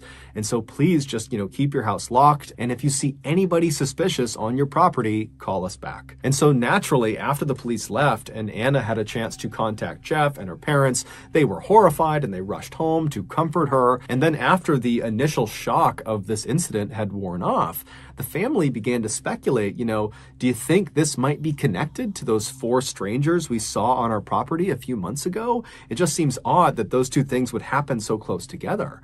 And then the family began to think, okay, well then who is this person? Who are these people? What do they want? Why are they targeting us? What's going on? Because as it was, the Pleskovic family, they didn't have any enemies, at least none that they knew of. If anything, the people of Strongsville adored this family, especially Melinda, the mother. For the past 20 plus years, she had been a middle school teacher in town and her students adored her. She was also a big-time soccer coach in the community because she had played in college and she was still very passionate about it. So she was this amazing coach. And in the eyes of many parents in the Strongsville community, Melinda was a bit of an inspiration because she was not only the mother to Anna, she was also the mother of an 18-year-old boy named Kyle who had Down syndrome and was nonverbal. And Melinda just had this unbelievable way with him where she was so good to him. She incorporated him in everything. She got him so involved. She gave him the best life he could possibly have. And so anytime you saw Kyle with his mother, Kyle would be all smiles. Even though Kyle couldn't speak, it was so obvious his mother made him incredibly happy. But regardless of the reason for these strangers to be lurking around their property, the Pleskovic family was now totally on edge and found themselves constantly looking out the windows, especially at night, in fear these strangers were going to come back and might try to break in again. And unfortunately, these strangers would come back. In January of 2017, so 2 months after Anna saw that unknown figure at the window and heard the back door sliding around, Bruce's car was broken into. It was sitting in the driveway of their property. Someone got inside of it and stole his laptop. And so Bruce, he calls the police and he says, I've got to believe this has to do with the people that are harassing my family.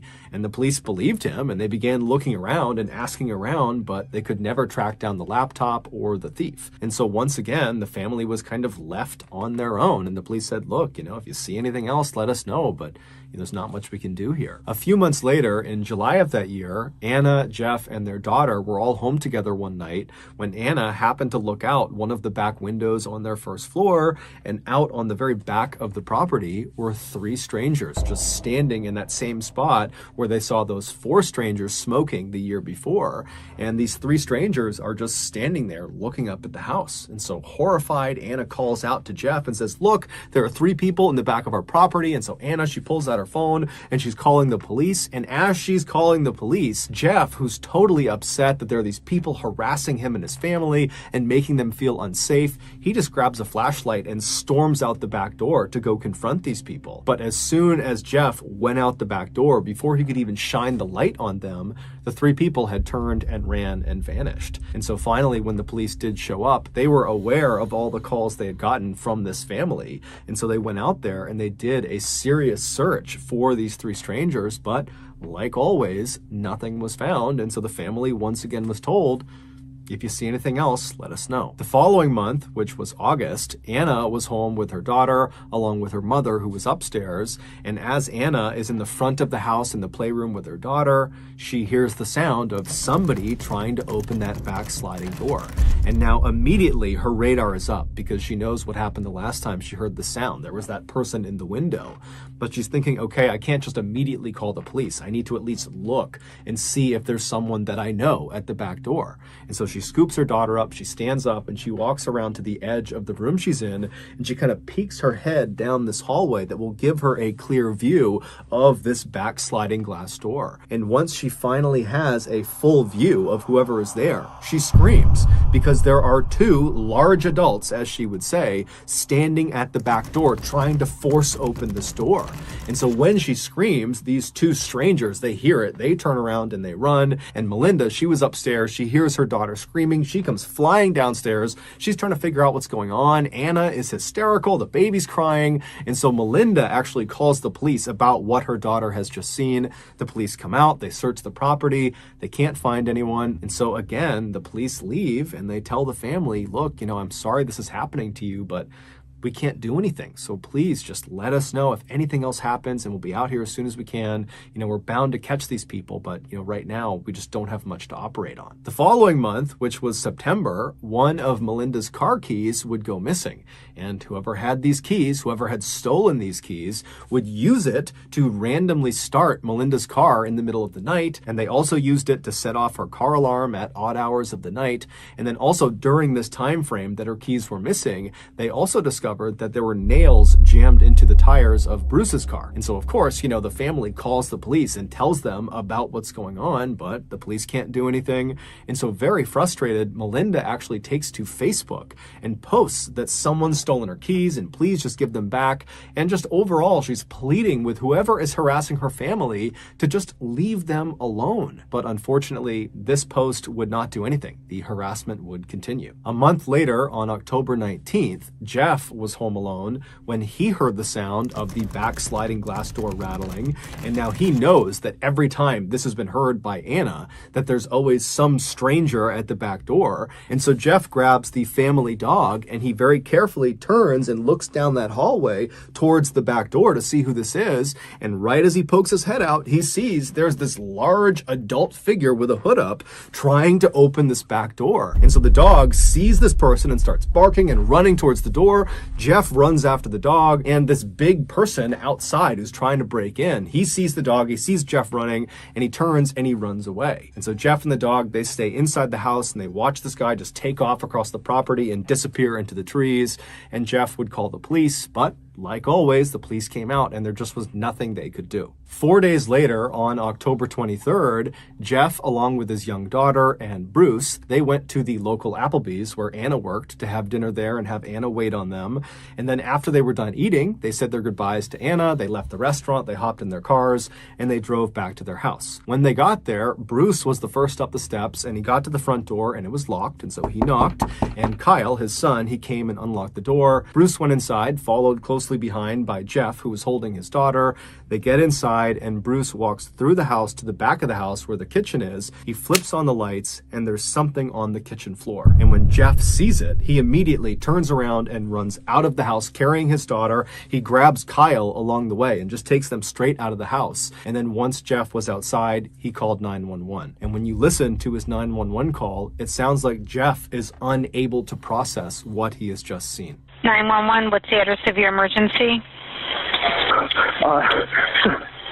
Somebody's been attacked in my house. Somebody's been what? Attacked. They attacked who? Who was attacked? Mel Pleskovic. Mel Pleskovic was attacked. He was attacked by whom? Do you know? She was. No, we just came home. She's on the kitchen floor. Jeff and Bruce had just discovered Melinda lying on the kitchen floor. She'd been stabbed over 35 times and shot 3 times. She would be rushed to the hospital, but she would die that night. Although the family was in shock and couldn't even begin to process what had just happened, they were all acutely aware that whoever had done this to Melinda had to be connected to all of these strange and suspicious people that had been lurking around their property for the better part of 2 years. In fact, literally after Jeff had called 911, Bruce was inside in the kitchen kneeling next to his dying wife, and he called 911 and he would tell the dispatcher that the Strongsville Police Department really dropped the ball. 911, what city is the emergency in? Please come to 1 for Blazing Star. I think my wife's dead. Someone, we've had people breaking into our fucking house, sir, and now someone killed her. Sir, tell me the city you need to talk to. Strongsville, Ohio. Okay, you need to be transferred. Don't hang up. 911, what's the city of your emergency? Strongsville, Ohio. We have people on the way already. What's the address? For Blazing Star. I think someone killed my wife.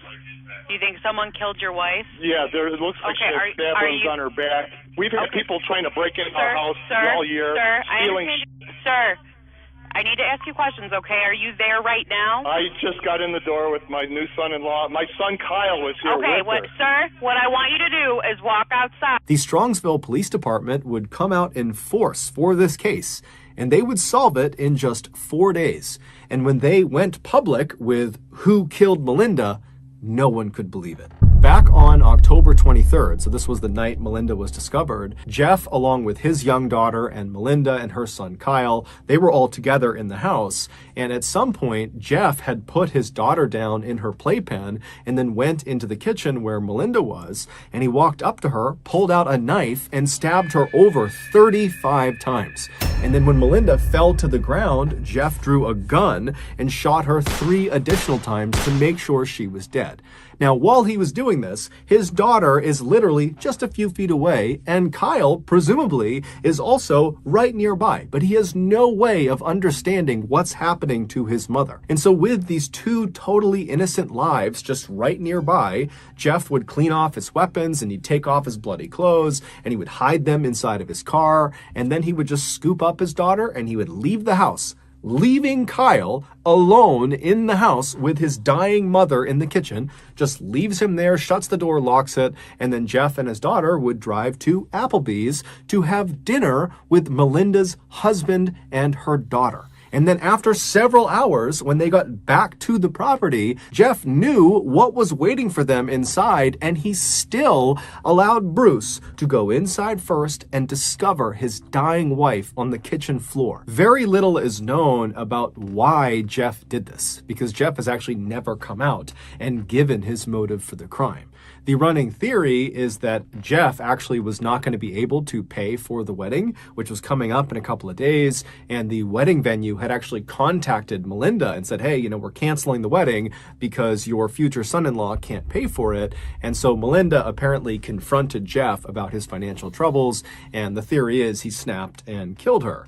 However, that can't possibly be the entire story for why he did this, because it would turn out Jeff was found to be responsible for literally every single suspicious event that had taken place around the Pleskovic property leading up to the attack. Meaning, every time they had seen strangers lurking around their property or people trying to break into their house, that had been because of Jeff. Either it was literally Jeff outside being one of these suspicious people, or he had asked friends or hired someone or groups of people to pretend to be suspicious people on the property, or Jeff had been the only person to see these suspicious people, and then miraculously when other people attempted to look outside, they were gone. And so obviously Jeff was lying. And so I actually had the opportunity to speak with one of Jeff's childhood friends who was actually living roughly in the Strongsville area when this horrible murder took place. And what this person told me is that what is kind of generally accepted as why Jeff did this, according to the people in Strongsville,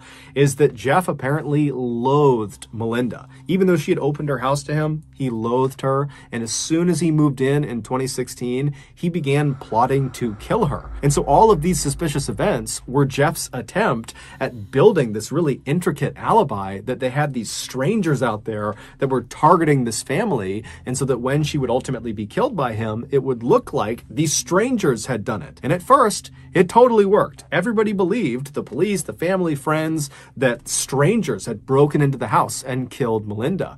In fact, there was so little suspicion on Jeff after her murder that Jeff actually served as a pallbearer in Melinda's funeral. But ultimately, the police would discover the knife and some bloody clothes in the back of Jeff's car, and so they would arrest him and they would present this mountain of evidence against him, and Jeff would confess to killing Melinda. However, he wouldn't give any additional information about the crime. He would just basically say, yes, I did kill her. He would also never give an apology or explanation to the family. He would ultimately be sentenced to life in prison with the opportunity for parole after 33 years. During Jeff's trial, there was this totally heartbreaking moment when Bruce, Melinda's husband, spoke, and he would say their son, Kyle, does not understand that his mother is gone. And so now, every time they go out to eat, which is something Kyle really likes to do, and he used to love doing with his mother, he'll just sit and stare out the window, eagerly expecting his mother to show up any minute. But of course, she never does. The Sierra Madre Oriental is a major mountain range that starts on the southern border of Texas and Mexico and cuts 700 miles south through the northeastern section of Mexico. About halfway down this mountain range on the eastern face lies a series of caves, and situated below these caves at the foot of the mountains are several small villages that are very isolated, and they're populated primarily with illiterate poor farmers. One night back in May of 1963, a 14-year-old boy named Sebastian Guerrero, who lived in one of these small isolated villages, decided to go for a walk up in the mountains, and he wanted to go explore the different caves. Now, this was something he did fairly regularly because there was a local rumor that there was actually hidden treasure in these different caves. Now, it's unclear if Sebastian literally believed that or if that was just kind of an excuse to go have a look around himself. But regardless, he headed out of his house and he began walking up the mountain towards these caves. The entrance to these caves were a couple hundred feet up the mountainside, and then each of the various entrances, which ranged in size from fairly small to enormous, were spread out a couple of miles in each direction. So Sebastian starts walking up the mountain towards the first entrance he can see. It's dark outside, he's got no flashlight, he's just walking up, and as he's walking, he notices off to his right, fairly far away from where he was, there was light coming out of one of the cave entrances. And he had never recalled seeing light coming out of any of these caves. Nobody ever went in these caves, especially not at night. And so his interest was piqued, and he decided he would kind of abandon his original plan to just kind of look around near his village, and he would actually walk all the way over to that lit up cave and see what was going on. So he turned right and began kind of walking uphill at an angle in the direction of this lit up cave. And so as he's walking, he's getting farther and farther away from the village where he lives, and he's starting to hear sounds coming out of this lit up cave entrance. It sounds like a person potentially, either they're laughing or they're screaming. He doesn't really know. He's thinking, maybe someone's having a party inside one of these caves. He has no idea. But after he gets maybe 200 or 300 feet away from this entrance, he realizes it's definitely a person, and they're definitely screaming. And it does not sound like they're screaming out of joy. It sounds like they're screaming because they're scared or they're in pain. And as he's getting closer and closer and closer to this cave, his anxiety is starting to ramp up because he's really starting to be frightened by what he's hearing, and he's starting to realize there's more than one person inside of this cave. In addition to the person that is screaming out, there also sounds to be a large contingent of other people that are either singing in unison or chanting in unison, but some group of people are doing something in unison while some other person is screaming out. And so he's really starting to get nervous about this cave, but he just can't help feeling curious about what was going on. And so he just continued walking until he was maybe 10 feet away from the entrance to this cave, and he plopped down behind a rock. And so he's not really sure if it's a good idea to look. He doesn't want to be spotted by whoever is in there, but finally he kind of works up the courage. He takes a deep breath and he slips out from behind the rock, and he goes right to the edge of this big opening, maybe 10 foot across opening, and he peeks his head right around the edge of the opening, and he looks inside, and what he sees causes him to just freeze in terror. Then his survival instincts just kick in, and he turns and he starts running down the mountain away from this cave. He has no idea if he's been spotted or not, but he's sensing that someone could be chasing him, and so he is just running as if his life depended on it. And he would not run back to his village. Instead, he would run nearly 10 miles to the nearest police station. And when he gets there, he busts through the front doors and he's totally hysterical. He's drenched in sweat, and the police officers are totally caught off guard, and so they're trying to tell him to calm down. And so Sebastian finally would kind of compose himself, but then he just was not able to describe what he had seen inside of this cave. Whatever he had seen, he knew it was bad, but the words were just escaping him. And so the way he described it to police was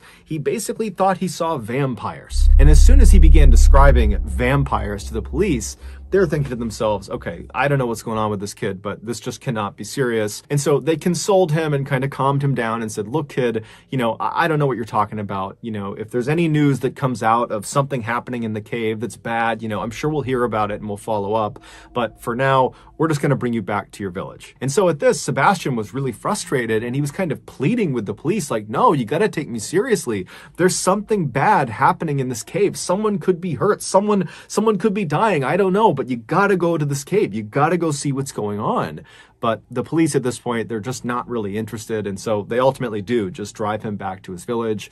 And so he goes back into his home. The police go back to their station, and everyone just kind of goes to bed for the night. The next day, when Sebastian wakes up, he just can't shake what he saw inside of that cave. And so he would once again run back to the police station. And when he got there, he began pleading with the police, like, you gotta go see what's inside of this cave. I'm telling you, there's something awful in there. And this time, one of the police officers, his name was Luis Martinez, he would say, okay, kid, bring me to this cave and I'll have a look around. And so Luis and Sebastian, who was very grateful, they left the police station, they hopped in a police car, and they took off. And then later on in the day, the other police officers, who were not really paying attention to this cave thing, they realized that Luis and the boy had not returned yet, and Luis had not checked in via his radio. And so at some point in the afternoon that day, the other officers began calling out to Luis. They began calling him on his radio and trying to figure out what's going on, but he wasn't responding. And so the police thought that was odd, but they thought, you know what, I'm sure he'll be back soon. There's got to be an explanation for this. But the rest of the day would go by without Luis reaching out to them, and he didn't return with the boy. And so by that evening, the other officers were genuinely concerned that, something bad had happened to their colleague. And so they tried calling Luis a few more times on the radio. It didn't work. And so the officers, they made their way over to Sebastian's village, and they found Sebastian's family, believing that, maybe the boy was back and he could give some insight into where Luis went. But when they talked to Sebastian's family, they would say, hey, he's not back yet either. And so both Sebastian and Luis at this point have not talked to anyone all day, and they are missing. And so the police at this point, they realize this is an emergency. They need to figure out where these two went. And so they were kind of understaffed. And so they contacted the Mexican army, and they explained, we're missing one of our colleagues. We're missing a child from this village. And so the Mexican army would actually send out a military unit to assist them in going and finding these two people. And so the unit, they show up later that night, and the police and the Mexican army, they head out to where this cave was. And when they saw what was inside the cave, it would shock the world. To understand what was found inside of this cave, we need to go back 6 months to December of 1962. That month, two brothers, Santos and Cayetano Hernandez, who made their living basically traveling around Mexico, stealing from people and swindling people, they decided they were going to pull off their biggest heist yet. They were going to rip off an entire town. Their plan was to go into a small, fairly isolated village that was populated primarily with poor and illiterate people, and they would go in there and they would convince the villagers that they, the brothers, were actually prophets of an exiled Incan god.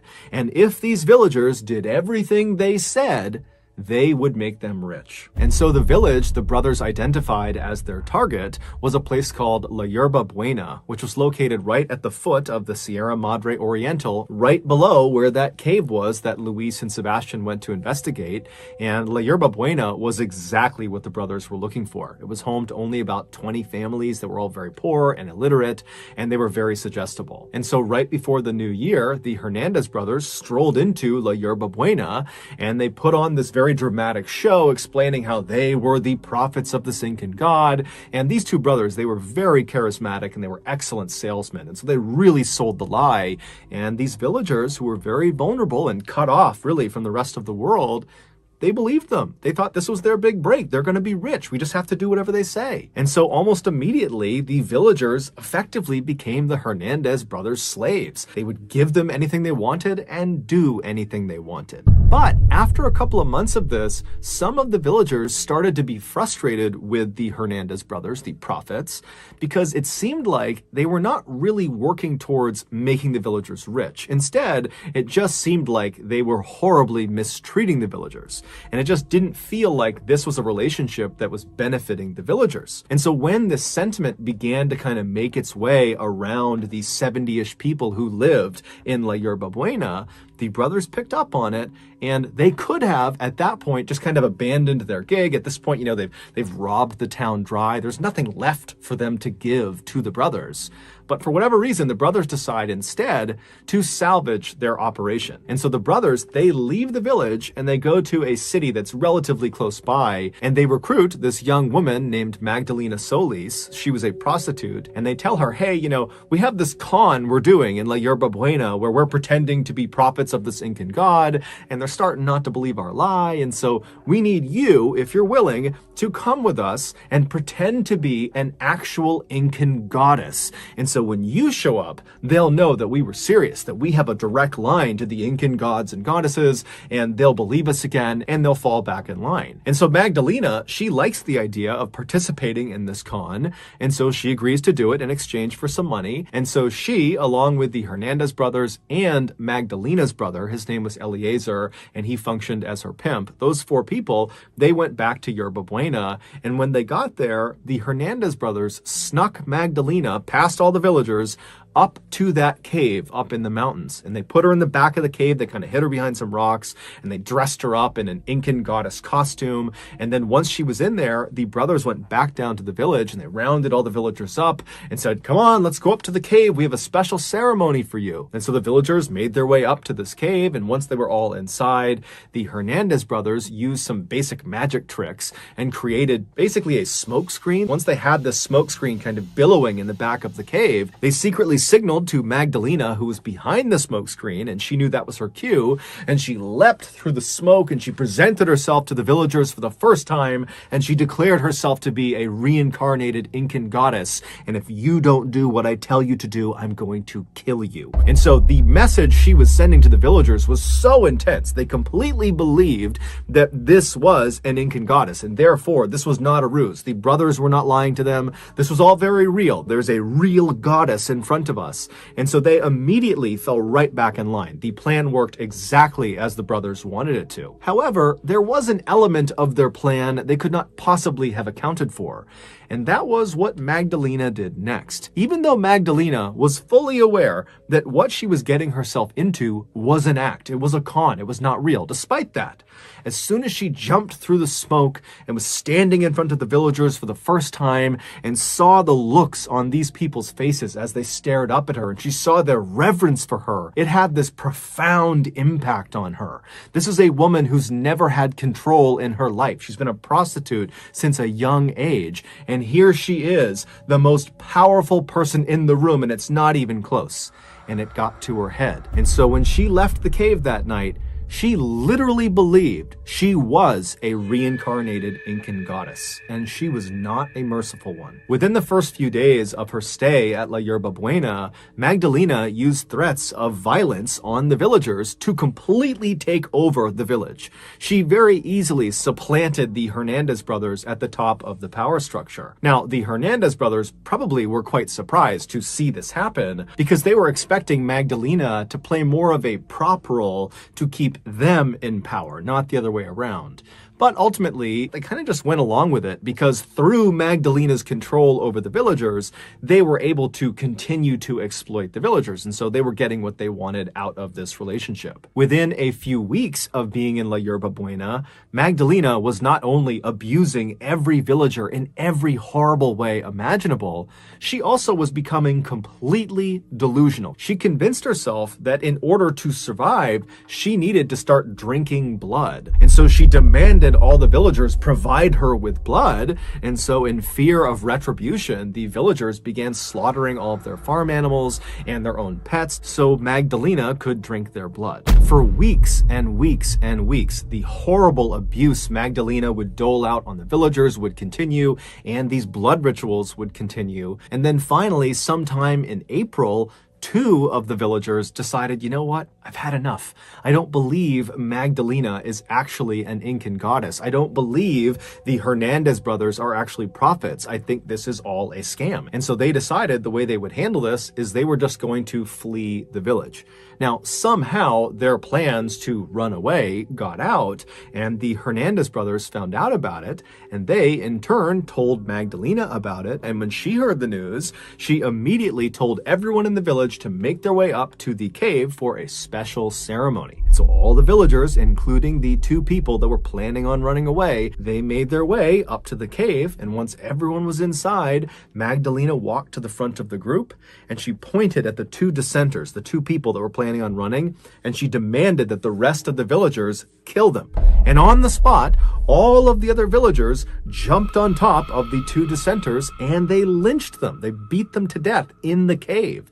And then after these 2 people have been killed, Magdalena orders their bodies be strung up on these 2 pikes she had set up in the back of the cave because she knew what she was going to be doing up in this cave. And so after these 2 bodies were strung up on these pikes, Magdalena grabs a chalice and she walks over to these 2 bodies and she presses the chalice up against their bodies where they're bleeding from, and she fills it up and then she drinks from the chalice.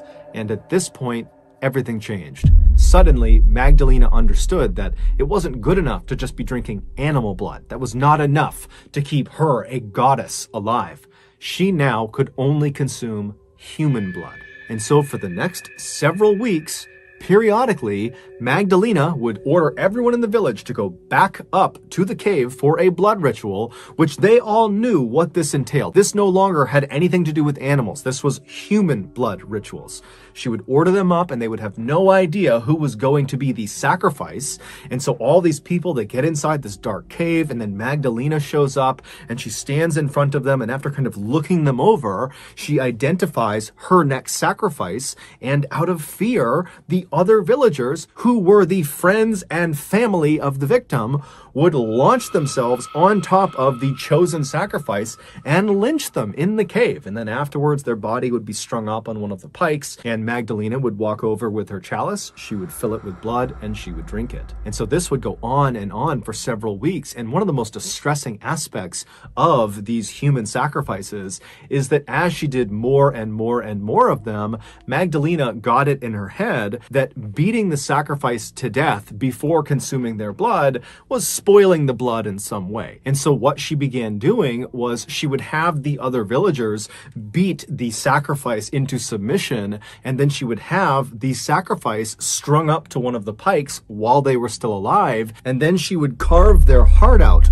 while they were alive, and then she would drink their blood. So in May of 1963, when Sebastian, the 14-year-old boy, when he poked his head around and looked into that cave, he watched one of these sacrifices having their heart cut out, and he didn't know what to make of it, and so he ran to the police, and then the next day, he and the police officer, Luis Martinez, they would go back to the cave, and Magdalena and her cult would spot them, capture them, and drag them both into the cave, and both of them would be ritualistically sacrificed. They would have their hearts cut out, and Magdalena would drink their blood. When the police and army arrived in La Yerba Buena, it was a ghost town because all of the villagers had been ordered up to the cave where they had barricaded themselves inside with weapons because Magdalena probably knew there was going to be a big police response because one of their officers has gone missing out here. They're bound to be found out.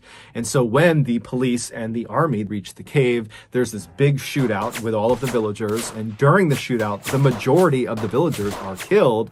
Also, the Hernandez brothers, they're also killed in the shootout. And then after the shootout stops, the police and the army would go into this cave and they would discover the pikes, the bloody pikes that are in the back of the cave with bits of human remains all over the ground. And then they would leave the cave and they would search the town and they would find the remains of Luis and Sebastian outside a particular shack. And then inside the shack was Magdalena Magdalena and her brother Eliezer. They were still alive. They were trying to hide from the authorities, and so they would be arrested. It's believed Magdalena sacrificed and drank the blood of at least 15 of the villagers over a 6-week period. However, the only remains to be positively identified were Luis Martinez and Sebastian Guerrero. Ultimately, Magdalena and her brother Eliezer were sentenced to 50 years in prison, and all of the surviving villagers who participated in these sacrifices or who participated in the shootout with police and the army, they were given 30 years in prison. Amazingly, none of the villagers ever testified against Magdalena or her brother, despite the fact they were almost certainly offered reduced sentences in exchange for their testimony. Clearly, they were more terrified of the Incan goddess than they were terrified of the prospect of 30 years in prison. Although the exact date of when this happened is not known, Magdalena would eventually die behind bars.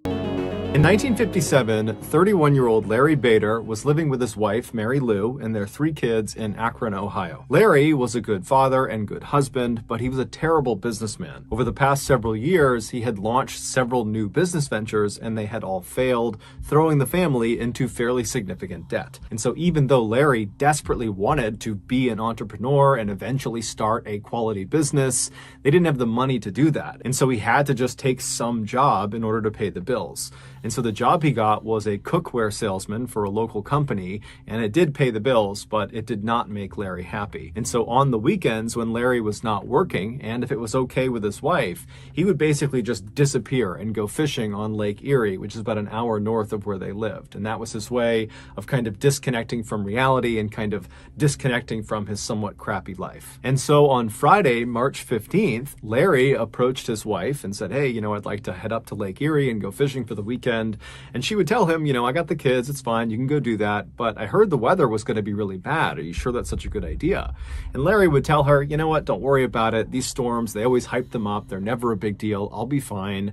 And so he kissed his wife, he kissed his kids, he grabbed his stuff, he hopped in his truck, and he left and headed up to Lake Erie. That night, Lake Erie was hit with a massive thunderstorm, way bigger than the one that the news was predicting. And then the following morning, the Coast Guard discovered Larry's boat floating around on Lake Erie. There was minor damage to it, and it was missing an oar, and it was missing Larry. Larry was nowhere to be found. And so a search was launched for Larry, but he was never found, and he was eventually declared dead.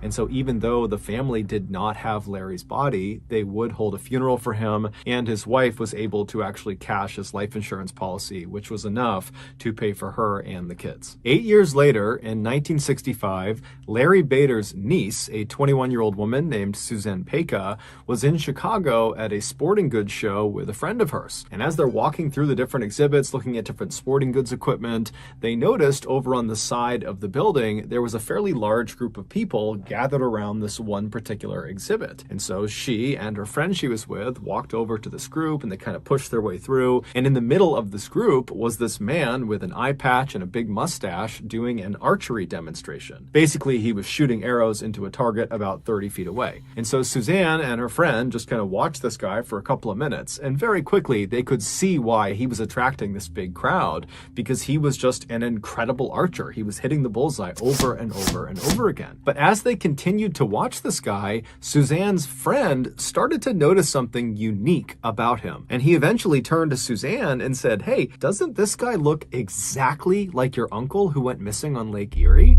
And Suzanne was kind of surprised to hear him talking about her missing uncle, but she turned and looked at this guy, and all of a sudden she saw it too. He was a spitting image of Larry Bader, her uncle, although this guy had an eye patch and a mustache, but even with that, he looked exactly like Larry. And as Suzanne is watching him, she's thinking, Larry was known for being this incredible archer, and here this guy is who looks just like him, and he's an incredible archer. And so after this demonstration was over, Suzanne and the friend ran over to this guy with the eye patch on, and Suzanne says to him, hey, I know this sounds totally crazy, but you look exactly like my uncle, Larry Bader, who went missing on Lake Erie 8 years ago. And so the guy, he hears her and he kind of smiles and says, I'm sorry, I don't know Larry Bader. My name is John Johnson. People call me Fritz. I'm sorry, I don't know who your uncle is. I can't help you. But Suzanne, as she stood there staring at this guy, she was becoming becoming more and more convinced this was Larry Bader, despite the fact this guy is saying he is not Larry Bader. And so she says to him, "No, you are Larry Bader. I'm positive you're my uncle." Now at this, Fritz would be polite but firm, and he would reiterate that, "Look, I'm not your uncle. I don't know who Larry Bader is. I don't go to Lake Erie. I just don't understand why you think I'm him. I live in Omaha, Nebraska with my wife and my kids, and I'm on TV. I do sports journalism in Omaha, and I advise archery companies, and that's why I'm here. So I don't know why you think I'm your uncle, but I'm not. I'm sorry." And with that, Fritz turned around and he walked away. And after this discussion, Suzanne and her friend were not remotely deterred from what Fritz was saying. They were completely convinced this was Larry Bader. And so they ran to a phone, and Suzanne called her two other uncles, so Larry Bader's brothers, and she explained how she met this guy that is the spitting image of their brother. And they immediately hopped on a flight that night and flew to Chicago. And the following morning, the two uncles, along with Suzanne and her friend, they went back to the sporting goods show.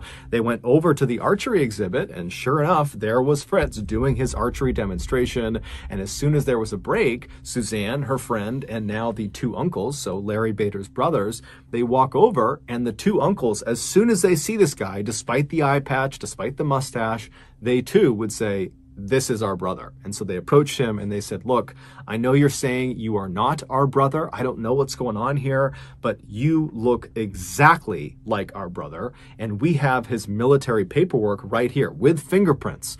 Will you please just humor us and go to the police station with us and get fingerprinted? That way you can prove you really are not our brother. Please, we've been looking for our brother for a long time. This would be a huge favor to us." And so Fritz was annoyed. He didn't want to do it, but he's like, "Okay, fine. I'll go to the police station with you. I'll get my fingerprints taken, and we can put this behind us." And so that day they left the sporting goods show. They went to a police station, and Fritz had his fingerprints taken.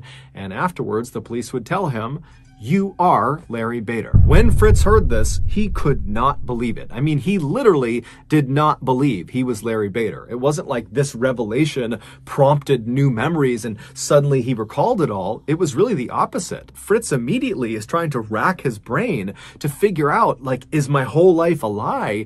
But there was nothing. All he had was a contiguous stretch of memories from when he was a very young child as Fritz Johnson all the way to the present. But we now know that the bulk of his memories are all not real. He was never a child as Fritz Johnson. He was Larry Bader and then became Fritz Johnson only 8 years earlier. The timeline of what happened to Larry Bader is rough at best. But as far as we understand it, Fritz Johnson showed up in Omaha, Nebraska a couple of days or a couple of months after Larry Bader went missing on Lake Erie. And when Fritz showed up in Omaha, he just walked into a restaurant and asked for a job there, and he had provided documentation that showed he was in fact Fritz Johnson, and nobody thought anything of it. He was completely normal. There was nothing unusual about his behavior, and over time, Fritz just kind of thread himself into the Omaha community. I mean, he got married, he had a child, he adopted another child, he left his job as a bartender at a restaurant and eventually got this amazing job as a sports TV broadcaster for their local channel. I mean, he was like a minor celebrity in Omaha. Everybody recognized, "Oh, there's Fritz Johnson. He's on TV. Hey, Fritz, how you doing?" I mean, he had a full-blown life. But as soon as the news broke that he was not Fritz Johnson, he was Larry Bader, right away, the TV station he worked for fired him. His second wife left him because in reality, he actually was still legally married to his first wife. And so his marriage to his second wife was never actually real to begin with. And so she leaves him. And then also because Larry Bader was no longer dead, the insurance company that had paid out all that money to his first wife as part of his life insurance policy, they demanded that he repay them. And throughout all this drama of Fritz finding out he's Larry Bader, Fritz continued to say he was not Larry Bader, that this was all a big mistake. He just could not understand how this could have happened. None of it made sense. And so eventually a team of experts, doctors, psychologists, you name it, they came out to Omaha and they ran Fritz, aka Larry Bader, through a battery of tests over almost 2 weeks. And at the end of all their testing, they concluded that 1, Fritz definitely is is Larry Bader. So there's no debate there. He is Larry Bader. And 2, he is almost certainly suffering from an extreme case of amnesia, which is memory loss. But the doctors and experts had no idea how he developed this case of amnesia. And of course, Fritz, he too had no idea how he developed this case of amnesia. And it's unlikely we'll ever get any more clarity on exactly what happened to Larry Bader / Fritz, because unfortunately, just 1 year after it was discovered Fritz was Larry Bader, Fritz would die. He had cancer in one of his eyes, and that was actually why he wore that eye patch, and the cancer had come back and it took his life. Today, his case is considered to be one of the most believable and baffling cases of amnesia on record. Before we get into our next story, I want to talk to you about today's sponsor, HelloFresh. Back during the beginning of the pandemic, we were not able to get groceries or have food delivered to our house. And so before long, we were down to eating just the Diet Cheetos and pickled licorice. And as I was eating my 77th bag of Diet Cheetos, I thought to myself, is there anything better for me to eat? And that's when I discovered HelloFresh. HelloFresh is like one of those things where as soon as you have it, you think to yourself, how could I have ever lived without this? They send you this neat little box full of meals, and there's all these incredible meals to choose from fairly intricate to very quick and easy. And so whatever your tastes are, they got it. But the catch is, they are not made. You are the chef and you make the meals. And before you tell me that you're a bad chef, I'm a bad chef, and I'm able to whip these meals together no problem because all the ingredients are perfectly proportioned, which also means you don't waste any food, and the recipes are incredibly easy to follow. So the end product is home-cooked, fresh, delicious food every time. So if your New Year's resolution is to eat better or to just stop snarfing as many Diet Cheetos, then you really need to sign up for HelloFresh. To do that, go to HelloFresh.com, use the code MrBallen16 to get up to 16 free meals and 3 surprise gifts. Okay, back to the stories. Just outside of the popular tourist town of Amaga in northern Colombia lies this thick green jungle. And if you know where to look, there is actually a walking path that leads you from Amaga deep into this jungle. And if you keep going, it will bring you all the way to this terrifying, enormous old railroad bridge that spans this huge ravine. Now, this bridge is no longer used by trains. It's been decommissioned. However, since its decommissioning, there's actually been, ironically, more traffic on this bridge, although it is the foot traffic variety. People come out to this bridge to go bungee jumping. Bungee jumping is a thrill-seeking activity where people will leap off of high places, like this bridge, and they'll jump with an elastic rope tied to their ankles. And so this rope has been very carefully measured so that when it is fully stretched all the way out, it ensures whoever has jumped will still not impact the ground. Back in early July of 2021, a 25-year-old Colombian lawyer named Yesenia Gomez, who lived about an hour north of Amaga in the larger city of Medellin, she told her boyfriend that she wanted to go bungee jumping. This was something Yesenia had talked about for a long time, wanting to go bungee jumping, but every time it became a real thing and they were actually going to go do it, she would back down because she was just too scared. But for whatever reason, in July of 2021, Yesenia had the confidence and the courage to actually see this thing through. And so her boyfriend, when he heard how serious she was, he capitalized on the opportunity because he had never bungee jumped before and he really wanted to, but he couldn't without his girlfriend. And so now it seemed like she was serious. And so right away, he called the Amaga bungee jumping company to book a slot for he and Yesenia to jump off of their bridge. So on the day they were supposed to jump, which was Sunday, July 18th, Yesenia and her boyfriend hopped in their car and they drove an hour south to Amaga. And when they got there, they found the walking trail and they made their way out to this bridge. And when they get out to this bridge, they are amazed at the number of people who were already in line on this bridge waiting to jump off of it. They knew this was a popular spot, but perhaps they didn't realize just how popular it was. And so Yesenia and her boyfriend, they get in line behind the nearly 100 other jumpers ahead of them, and they proceed to wait.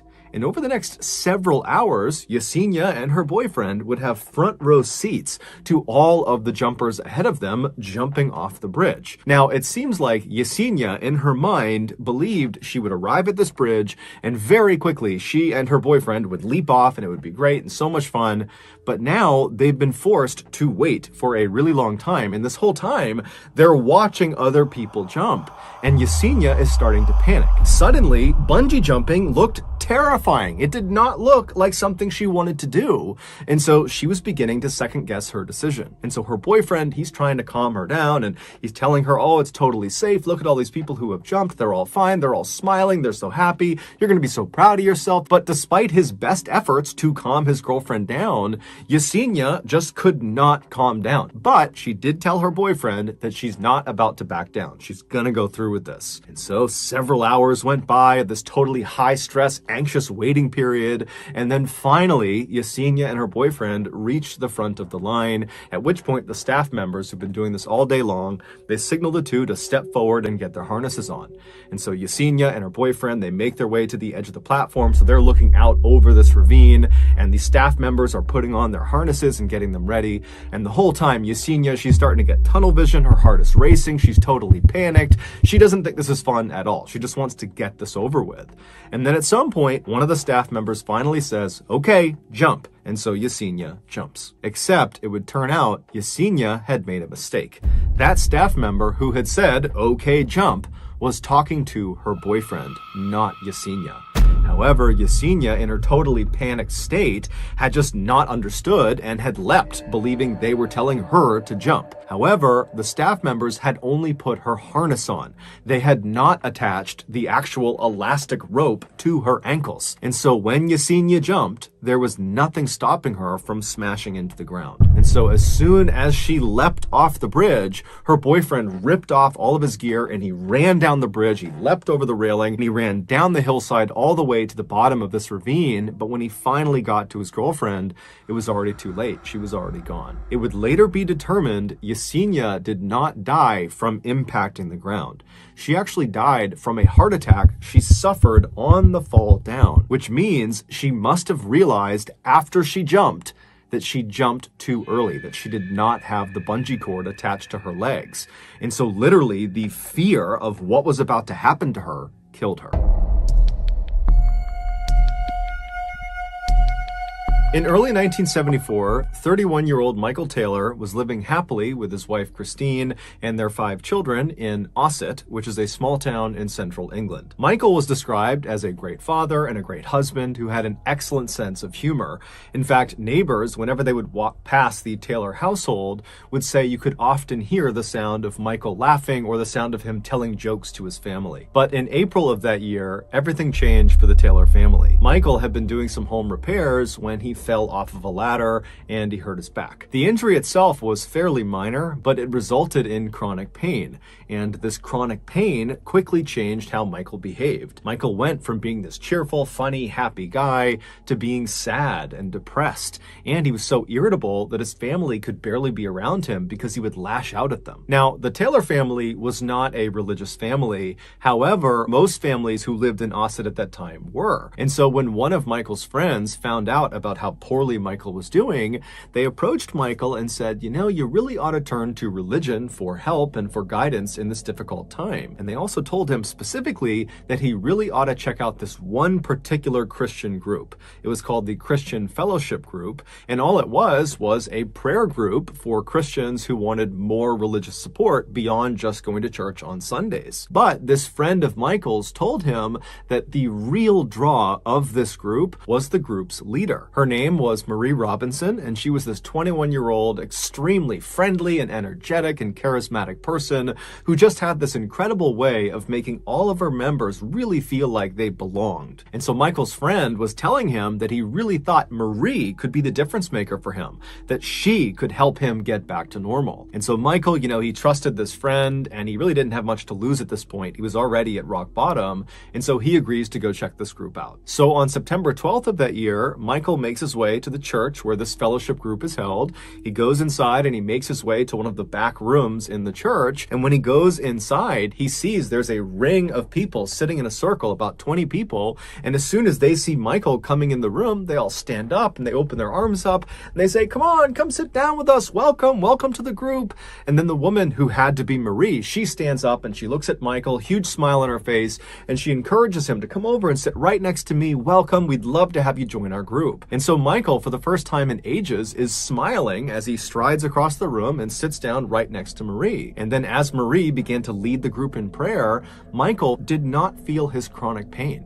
He just felt happy again. But when the meeting was over and Michael went back home again, the pain and depression came flooding back. It was like the only place he could be happy was inside of the church at this fellowship group.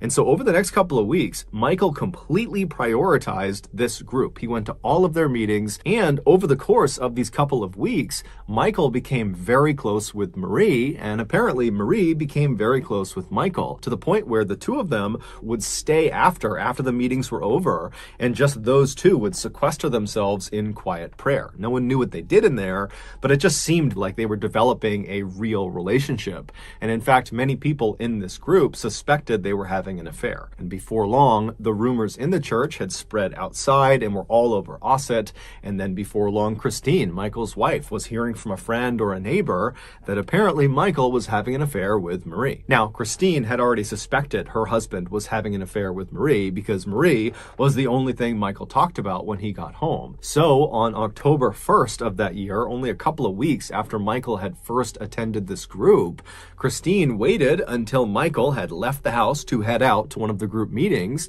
and then Christine hopped in her car and she followed him to the church. And when she got there, she parked her car, she took a deep breath, and then she got out, she made her way to the front doors of the church, and she stormed inside, and she found the room where these meetings were held. She barges in, and she points at her husband, and she says, "I know you're having an affair with Marie, and you're going to admit it in front of this whole group." And Michael, who's sitting with his back to his wife in one of the chairs, he stands up, and instead of addressing his wife, who's accused him of infidelity, he turns and looks at Marie on the other side of the room. And when Marie made eye contact with Michael, she screamed. She would later say Michael did not look human. He looked like a beast and he had wild eyes. And so as Michael is standing there staring at Marie with this very aggressive face, he began breaking out in tongues. Speaking in tongues is where the speaker will be saying or uttering words or sounds that sound like language, but the speaker doesn't know what they mean. The idea is some entity has come inside of their body and this entity is dictating their speech. And so Michael is broken out in tongues. He's barking these words and sounds at Marie, and everyone inside of the room has no idea what to make of this. Everything has happened so suddenly and it's so surprising. You have the wife suddenly coming in and aggressively accusing her husband of cheating, and Michael is not responding to it and he's acting totally crazy. And then before anyone can do anything, Michael goes from just barking in strange languages at Marie to suddenly rushing across the room as if he's going to attack her.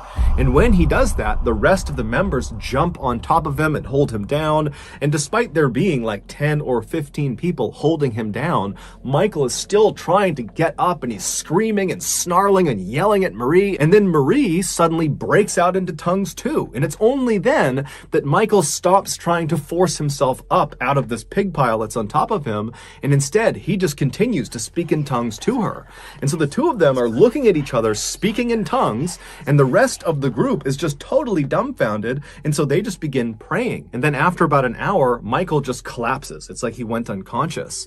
And at that point, everybody in the room just goes silent and they look at Michael, and then Michael kind of opens his eyes and it's almost like he's waking up, and he begins looking around frantically trying to figure out what had just happened. Michael would claim he had no memory of what had just happened to him. And so at this point, Marie would tell him and Christine that she believed Michael was possessed by a demonic force, and the only thing they could do at this point would be to perform an exorcism. An exorcism is an expulsion or attempted expulsion of a supposedly evil spirit inside of a person or a place. Michael and Christine were at a loss. They had no idea what to do in this situation. They were both kind of in shock for very different reasons, and so they just kind of deferred to Marie's judgment and said, yeah, I think think an exorcism is the way to go. So Christine and Michael just leave the church and go home, and then the next morning, Marie would get in touch with the Anglican Church of England and would request an exorcism. And after hearing about what was going on with Michael, the Anglican Church would say, yeah, that does sound like he needs an exorcism.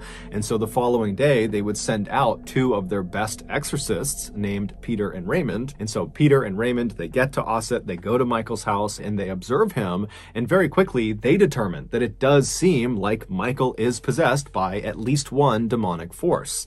And so they tell Michael, the only thing we can do here is perform this exorcism, but we need you to agree to it.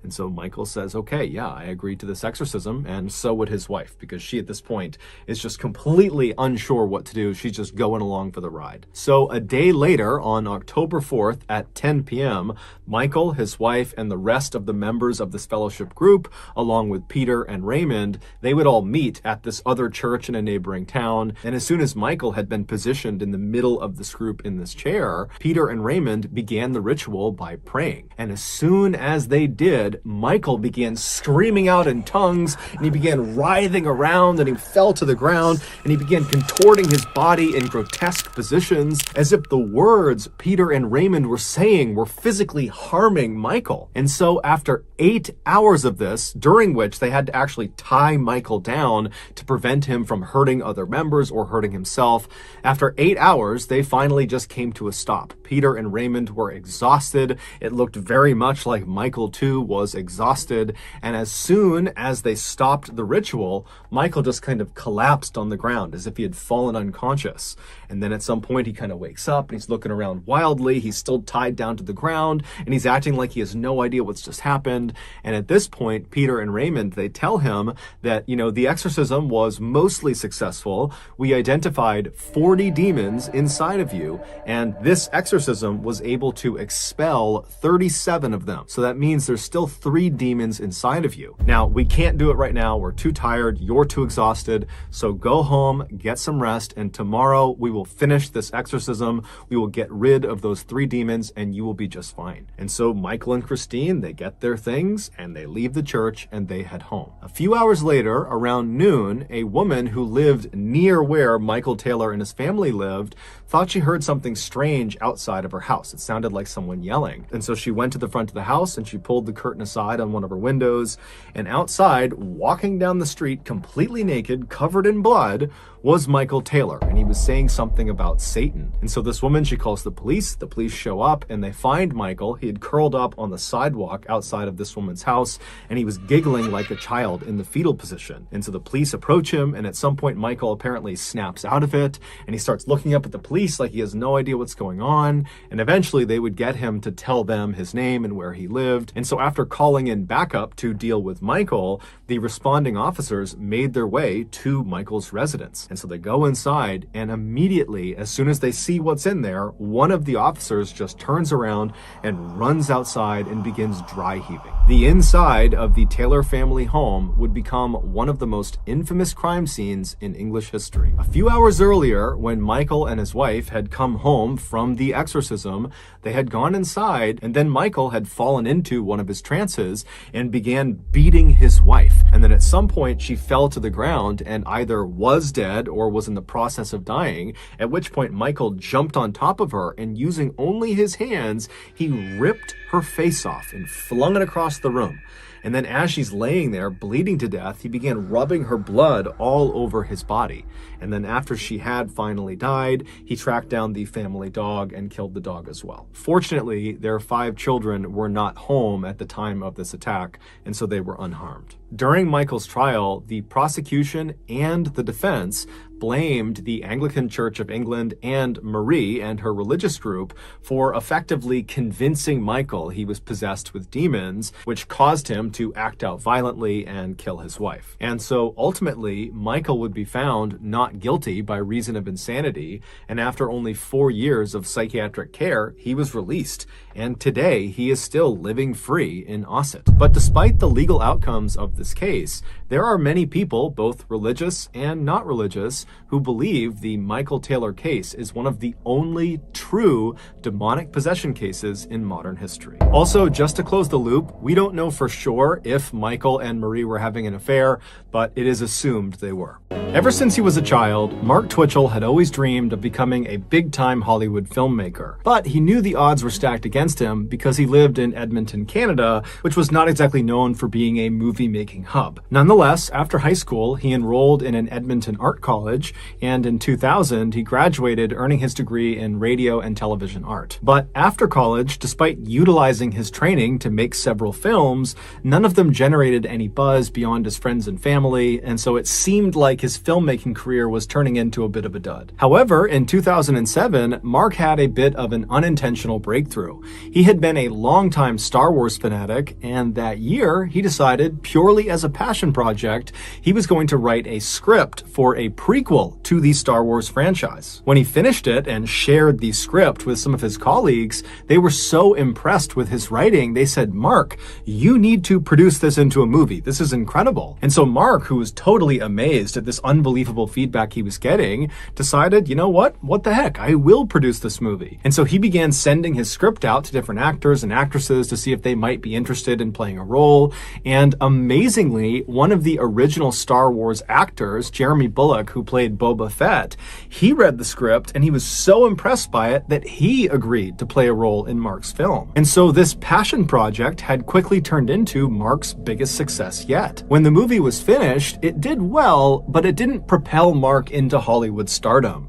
However, it did put him on the map as a bona fide filmmaker, and it showed him that if he just focused on making films about subjects he was already very passionate about, those films would be much more likely to succeed. And so in 2008, so roughly a year after creating the Star Wars fan fiction film, Mark decided to embark on another film project around another passion of his, Dexter. Dexter was a very popular TV show about a fictional serial killer whose name was Dexter, and the way Dexter would kill his victims is he would lure them into these small rooms, which he called kill rooms, and inside of them, basically every surface, the ceiling, the walls, the floor, were all covered in plastic sheeting to catch any of the blood, and then he would kill his victims, usually with a knife, and then afterwards he would dismember them and bag up their body, and he would roll up all this plastic, kind of collecting all the evidence, and then he would dump the plastic and the body into the ocean. Mark was obsessed with the show, and so it inspired him to make his next movie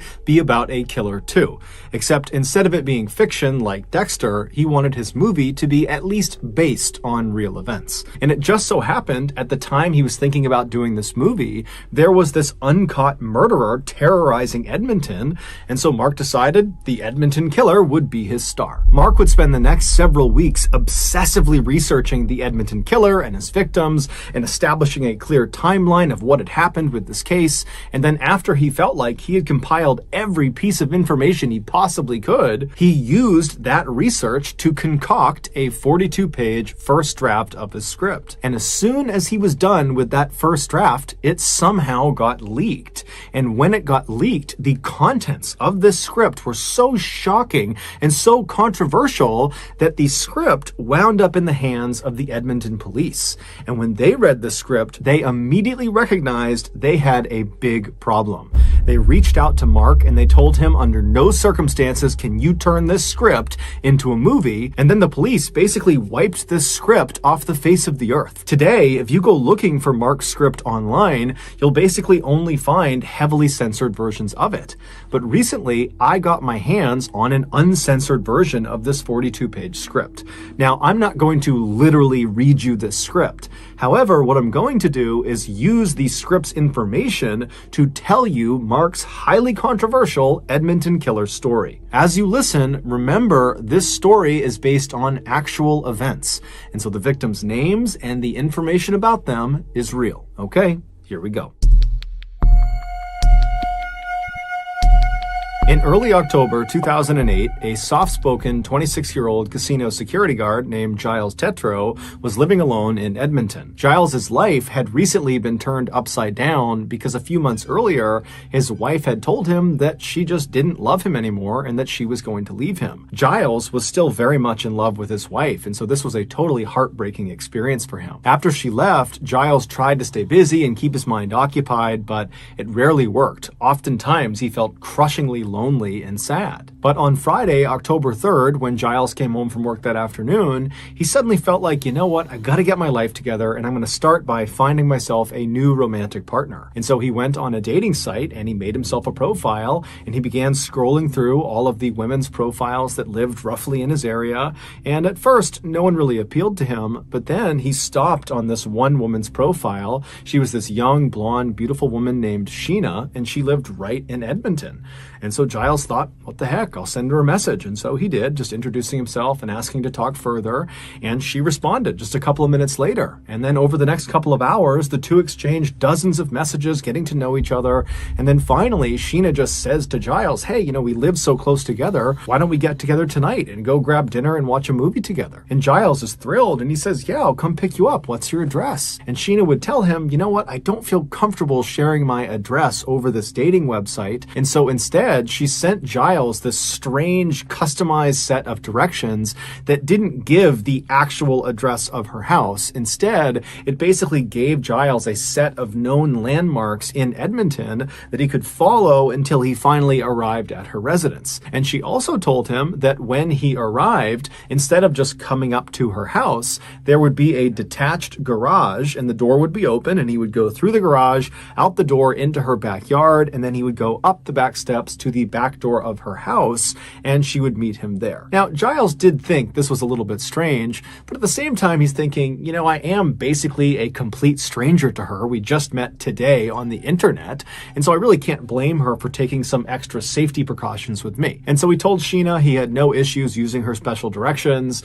and then he said he'd be over soon. And so Giles hopped in the shower, he freshened up, he got dressed, he hopped in his truck, and then he began driving to Sheena's house. After about 15 minutes of following these directions, he reached the end of them, and they placed him in this alleyway in a suburban neighborhood. And where he stopped, he looked off to his right, and he saw there was this 2-car garage, and he knew it was Sheena's garage because one of the doors was open like she said it would be, although the door was not open all the way. It was open enough to where he would have to duck to get into the garage, but either way, he knew it was her garage. And so he turns off his truck, and he gets out, and he tries to look up at Sheena's house behind the garage to see if maybe he can see her looking out the back door, but the detached garage that was right up against the street was kind of blocking his view, and so he thought, okay, whatever, I'll just go in and make my way up to the back steps. And so he walks over to this 2-car garage, and he goes to the open side, he ducks down, and he goes underneath, and he stands up inside of the garage.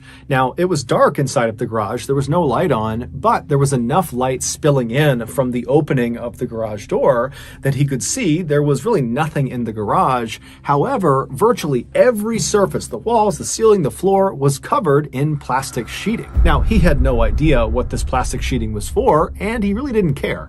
He just kept walking across the garage towards the door that would lead into Sheena's backyard.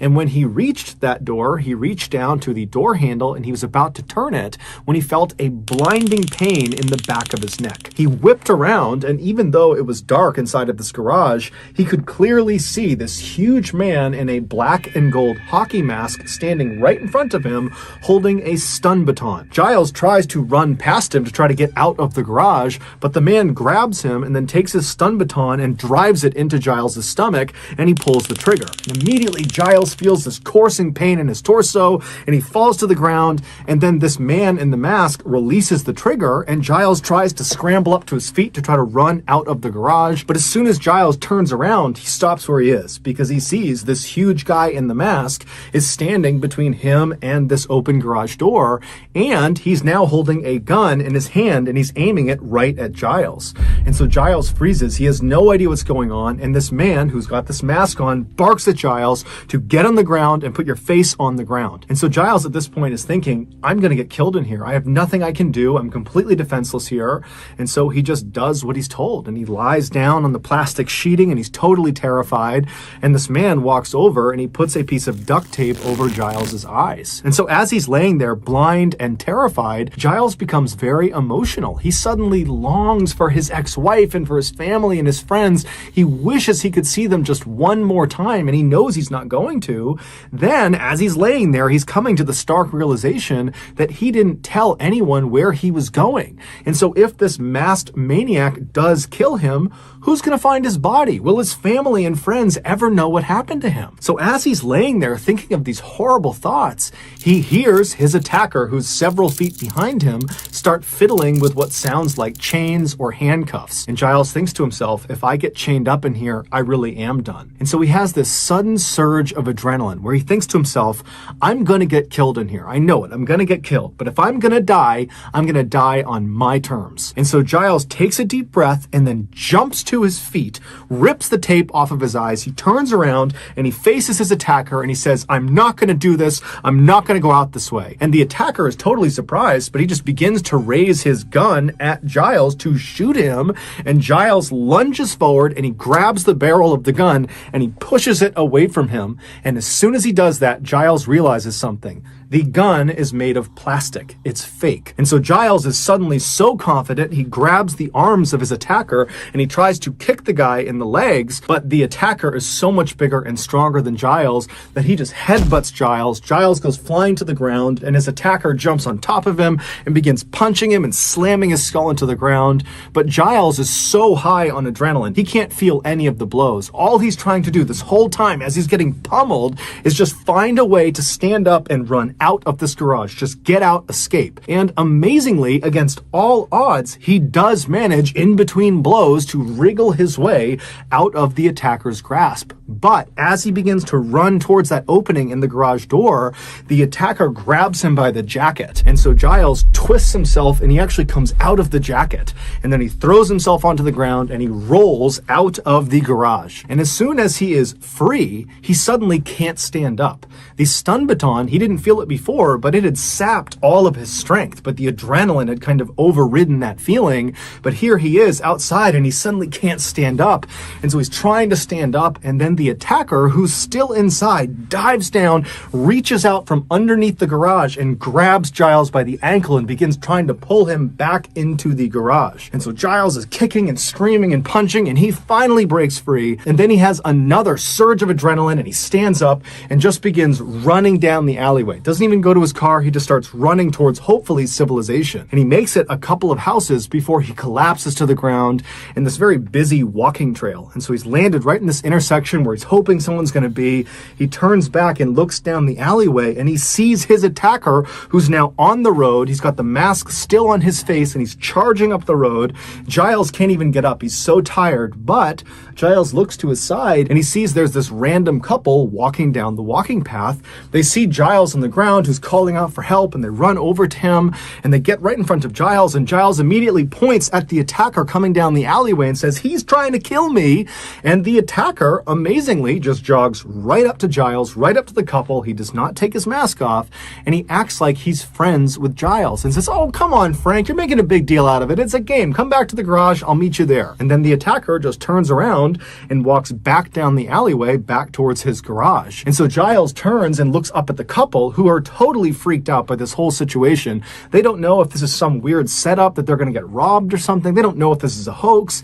And so they say, hey, you're on your own, pal. And they turn and they leave. And so Giles is left in the middle of this intersection. The only people that could have helped him are now gone. And so he rolls over and just looks down the alleyway in the direction of the garage. And he can actually see his attacker pacing back and forth inside of the garage because that door is partially open. And so Giles doesn't know what to do. He has to get to his truck to to get out of here. And so he just sits there for a couple of seconds, just watching the attacker, making sure he's staying inside of the garage. And then finally, he just took a deep breath. He pulled himself up and he stumbled down the alleyway. He got in his truck, fired it up, and he peeled out of there. When Giles got home, he was obviously traumatized from this horrible thing that had just happened to him, but he also felt embarrassed and kind of ashamed that he had clearly just gotten catfished by the psycho in the garage. Obviously, Sheena, the woman he supposedly was talking to, was not real. It was that guy in the garage that had attacked him, but he didn't really understand why it had happened. He had no idea why anyone would target him,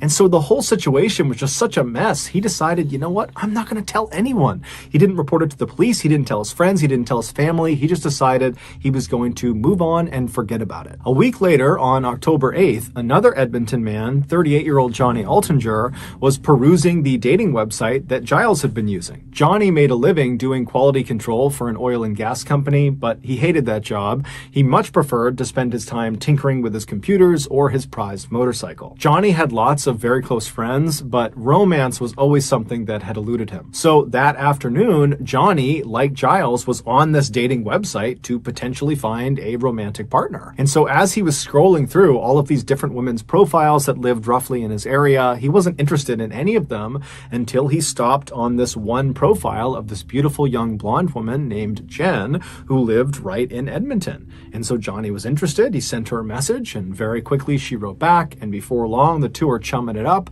and then eventually they actually agree to get together that night for dinner and a movie. But when Johnny asked Jen for her address, she would tell him that she's a paranoid person and she doesn't want to give him her actual address over this website.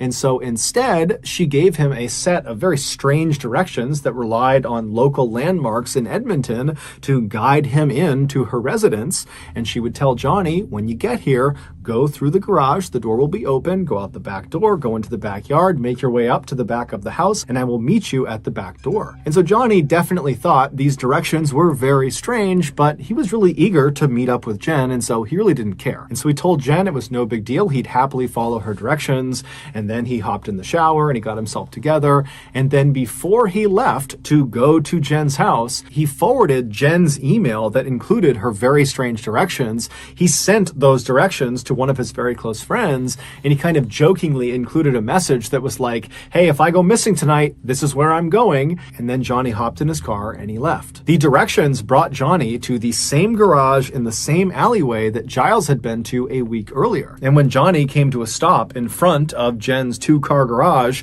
with one of the doors partially open, he saw there were lights still on inside of the garage, and he saw someone walking around inside.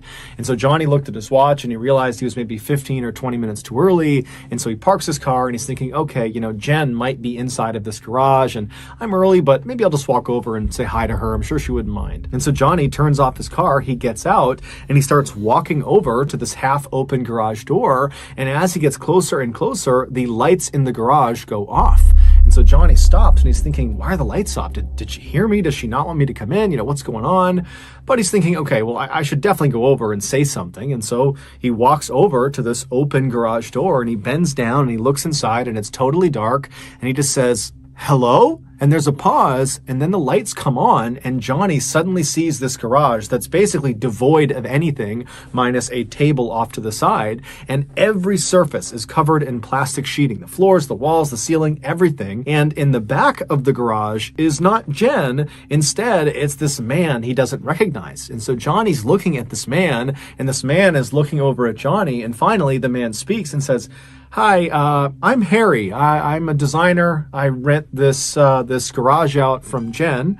And I just talked to Jen, and you're meeting up with her tonight, right? You're meeting up with Jen? Yeah. She's running late. So I think she'll be back in about maybe 20 minutes. So can you come back in 20 minutes, come right back here, come to the garage, and I'll bring you up to the house because I know you're meeting her up at the house. So 20 minutes. And so Johnny doesn't really know what to make of this. He figures, okay, I don't really know what Jen's arrangement is with this designer in this plastic covered garage, but you know, whatever. And so Johnny says, okay, no problem. I'll come back in 20 minutes. And so Johnny turns around and he walks back to his car and he leaves and drives around for about 20 minutes. And then he comes back to the garage. And as soon as he parks, he notices right away the light in the garage is now off. So presumably Harry has actually left. And so he will not be available to walk Johnny up to the house to meet Jen, but Johnny was thinking, I don't really want to interact with Harry. He seems like a strange guy anyways, and so he counts this as a win. And so Johnny parks his car, he hops out, he walks over to the garage, he bends down and goes inside of the garage. He stands up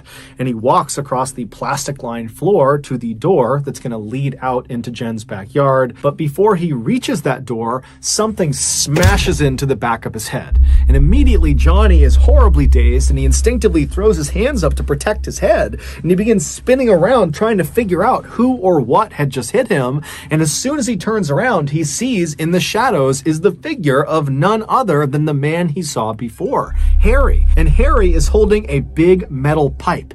And immediately when Johnny sees him, he begins screaming, police, police, police. And Harry just winds up and wails on Johnny with this metal pipe. And Johnny's trying to turn around and get away from Harry, but Harry just keeps moving around him and beating him with this pipe until finally Johnny collapses on the ground, but he's not unconscious. And so Johnny is kind of shielding his head and he's looking up at Harry, who's now just standing over him. He's ceased his initial barrage. And Johnny begins pleading with Harry, I'll give you money, I'll give you anything, just please let me go. And so Harry smiles and he says, you promise you won't tell anyone if I let you go? But before Johnny could answer this, Harry winds up with his pipe and he brings it crashing down on Johnny's face. But amazingly, this does not knock Johnny unconscious. Instead, Johnny grabs the pipe after it hits him in the head and he holds onto it to prevent Harry from hitting him again. And so at this point, Harry is frustrated that Johnny is still putting up this huge fight. And so with one hand holding onto this pipe that Johnny has the other end of, Harry reaches down with his other hand and he unsheaths a hunting knife. And he holds the blade right in front of Johnny's face. And as soon as Johnny sees this knife, his eyes go wide and he lets go of the pipe and he begins to plead for his life. But Harry just smiles and continues to show him the blade. And then at some point he grabs Johnny's shoulder, he pulls the knife back and he plunges it into Johnny's stomach. Johnny howls out in pain and he curls over and he begins screaming for the police, screaming for someone to help him. And then finally Harry pulls the knife out of his stomach and then plunges it into the side of Johnny's neck. And then Harry lets go of the knife and he stands up and he just watches Johnny as he bleeds out onto the plastic lining. As Harry watched Johnny die, he had this pang of regret. He thought to himself, why didn't I play more mind games with him before I killed him?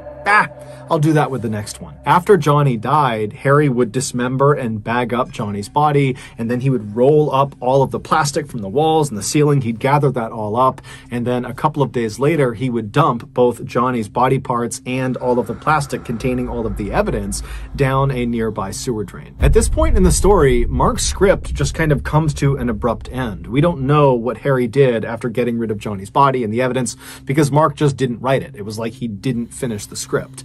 And there's a reason for that, and it's the same reason the police stepped in and stopped Mark from making this script into a movie. At the time they read his script, the police had already figured out who owned the garage where Giles and Johnny were attacked. Johnny's friend, the one who Johnny had forwarded Jen's email that had those strange directions, well, that friend gave those directions to the police once Johnny had been reported missing. And so the police followed these strange directions to this garage, and they discovered it was not owned by some young, beautiful blonde named Jen or Sheena. It was not owned by some designer named Harry.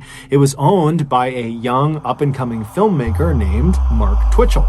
But to this point, Mark had been extremely cooperative with police and allowed them to search it, and they found nothing.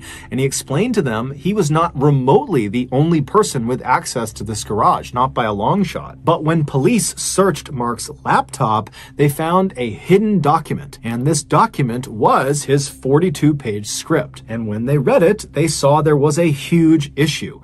Giles, the first victim of the Edmonton killer, had eventually gotten over his embarrassment and shame, and he went to the Edmonton police and he told them in detail what happened to him inside of that garage. But Giles was so scared he had not told anybody else what had happened. The only people who knew were himself and the Edmonton police. Yet somehow, in Mark's script, the account of what happened to Giles was exactly correct. Every little detail of what happened to Giles was encompassed inside of this script. And the reason Mark had this information is because Mark was in the garage when Giles got attacked. Because Mark was the Edmonton killer. Mark had been so desperate to make his killer in his new movie as good as Dexter in the TV show that Mark decided he needed to literally become Dexter in real life. He needed to know exactly what it felt like to lure an unsuspecting victim into a kill room and murder them so that he'd be able to more accurately write about it in his script. He believed this would put his movie over the top. It would be the most authentic killer movie ever, and it would be his ticket to Hollywood. And so after Mark used a fake dating profile to trap and then attack Giles, after that experience, he wrote about it, and that became his script.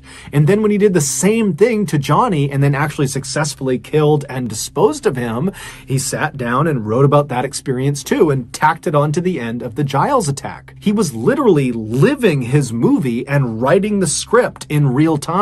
The title that Mark gave his script was SK Confessions, which stood for Serial Killer Confessions. And that's exactly what the script was. It was a real confession. And based on the way his script just kind of abruptly ends without any sort of conclusion, it seems fairly obvious that Mark was planning to kill more people and then incorporate those experiences into this script. Ultimately, though, the script that was found by police was used to convict Mark of murder, and he is currently serving life in prison.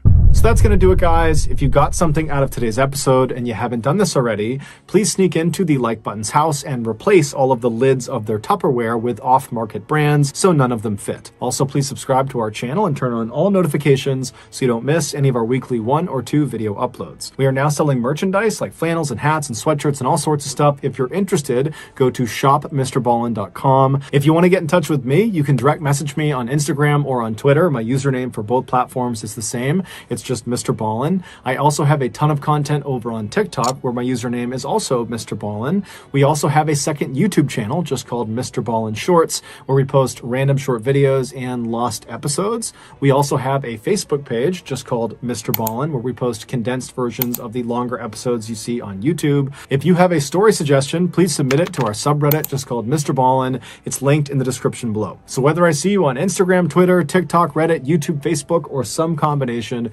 just know that I really appreciate your support, and until next time, that's going to do it. See ya.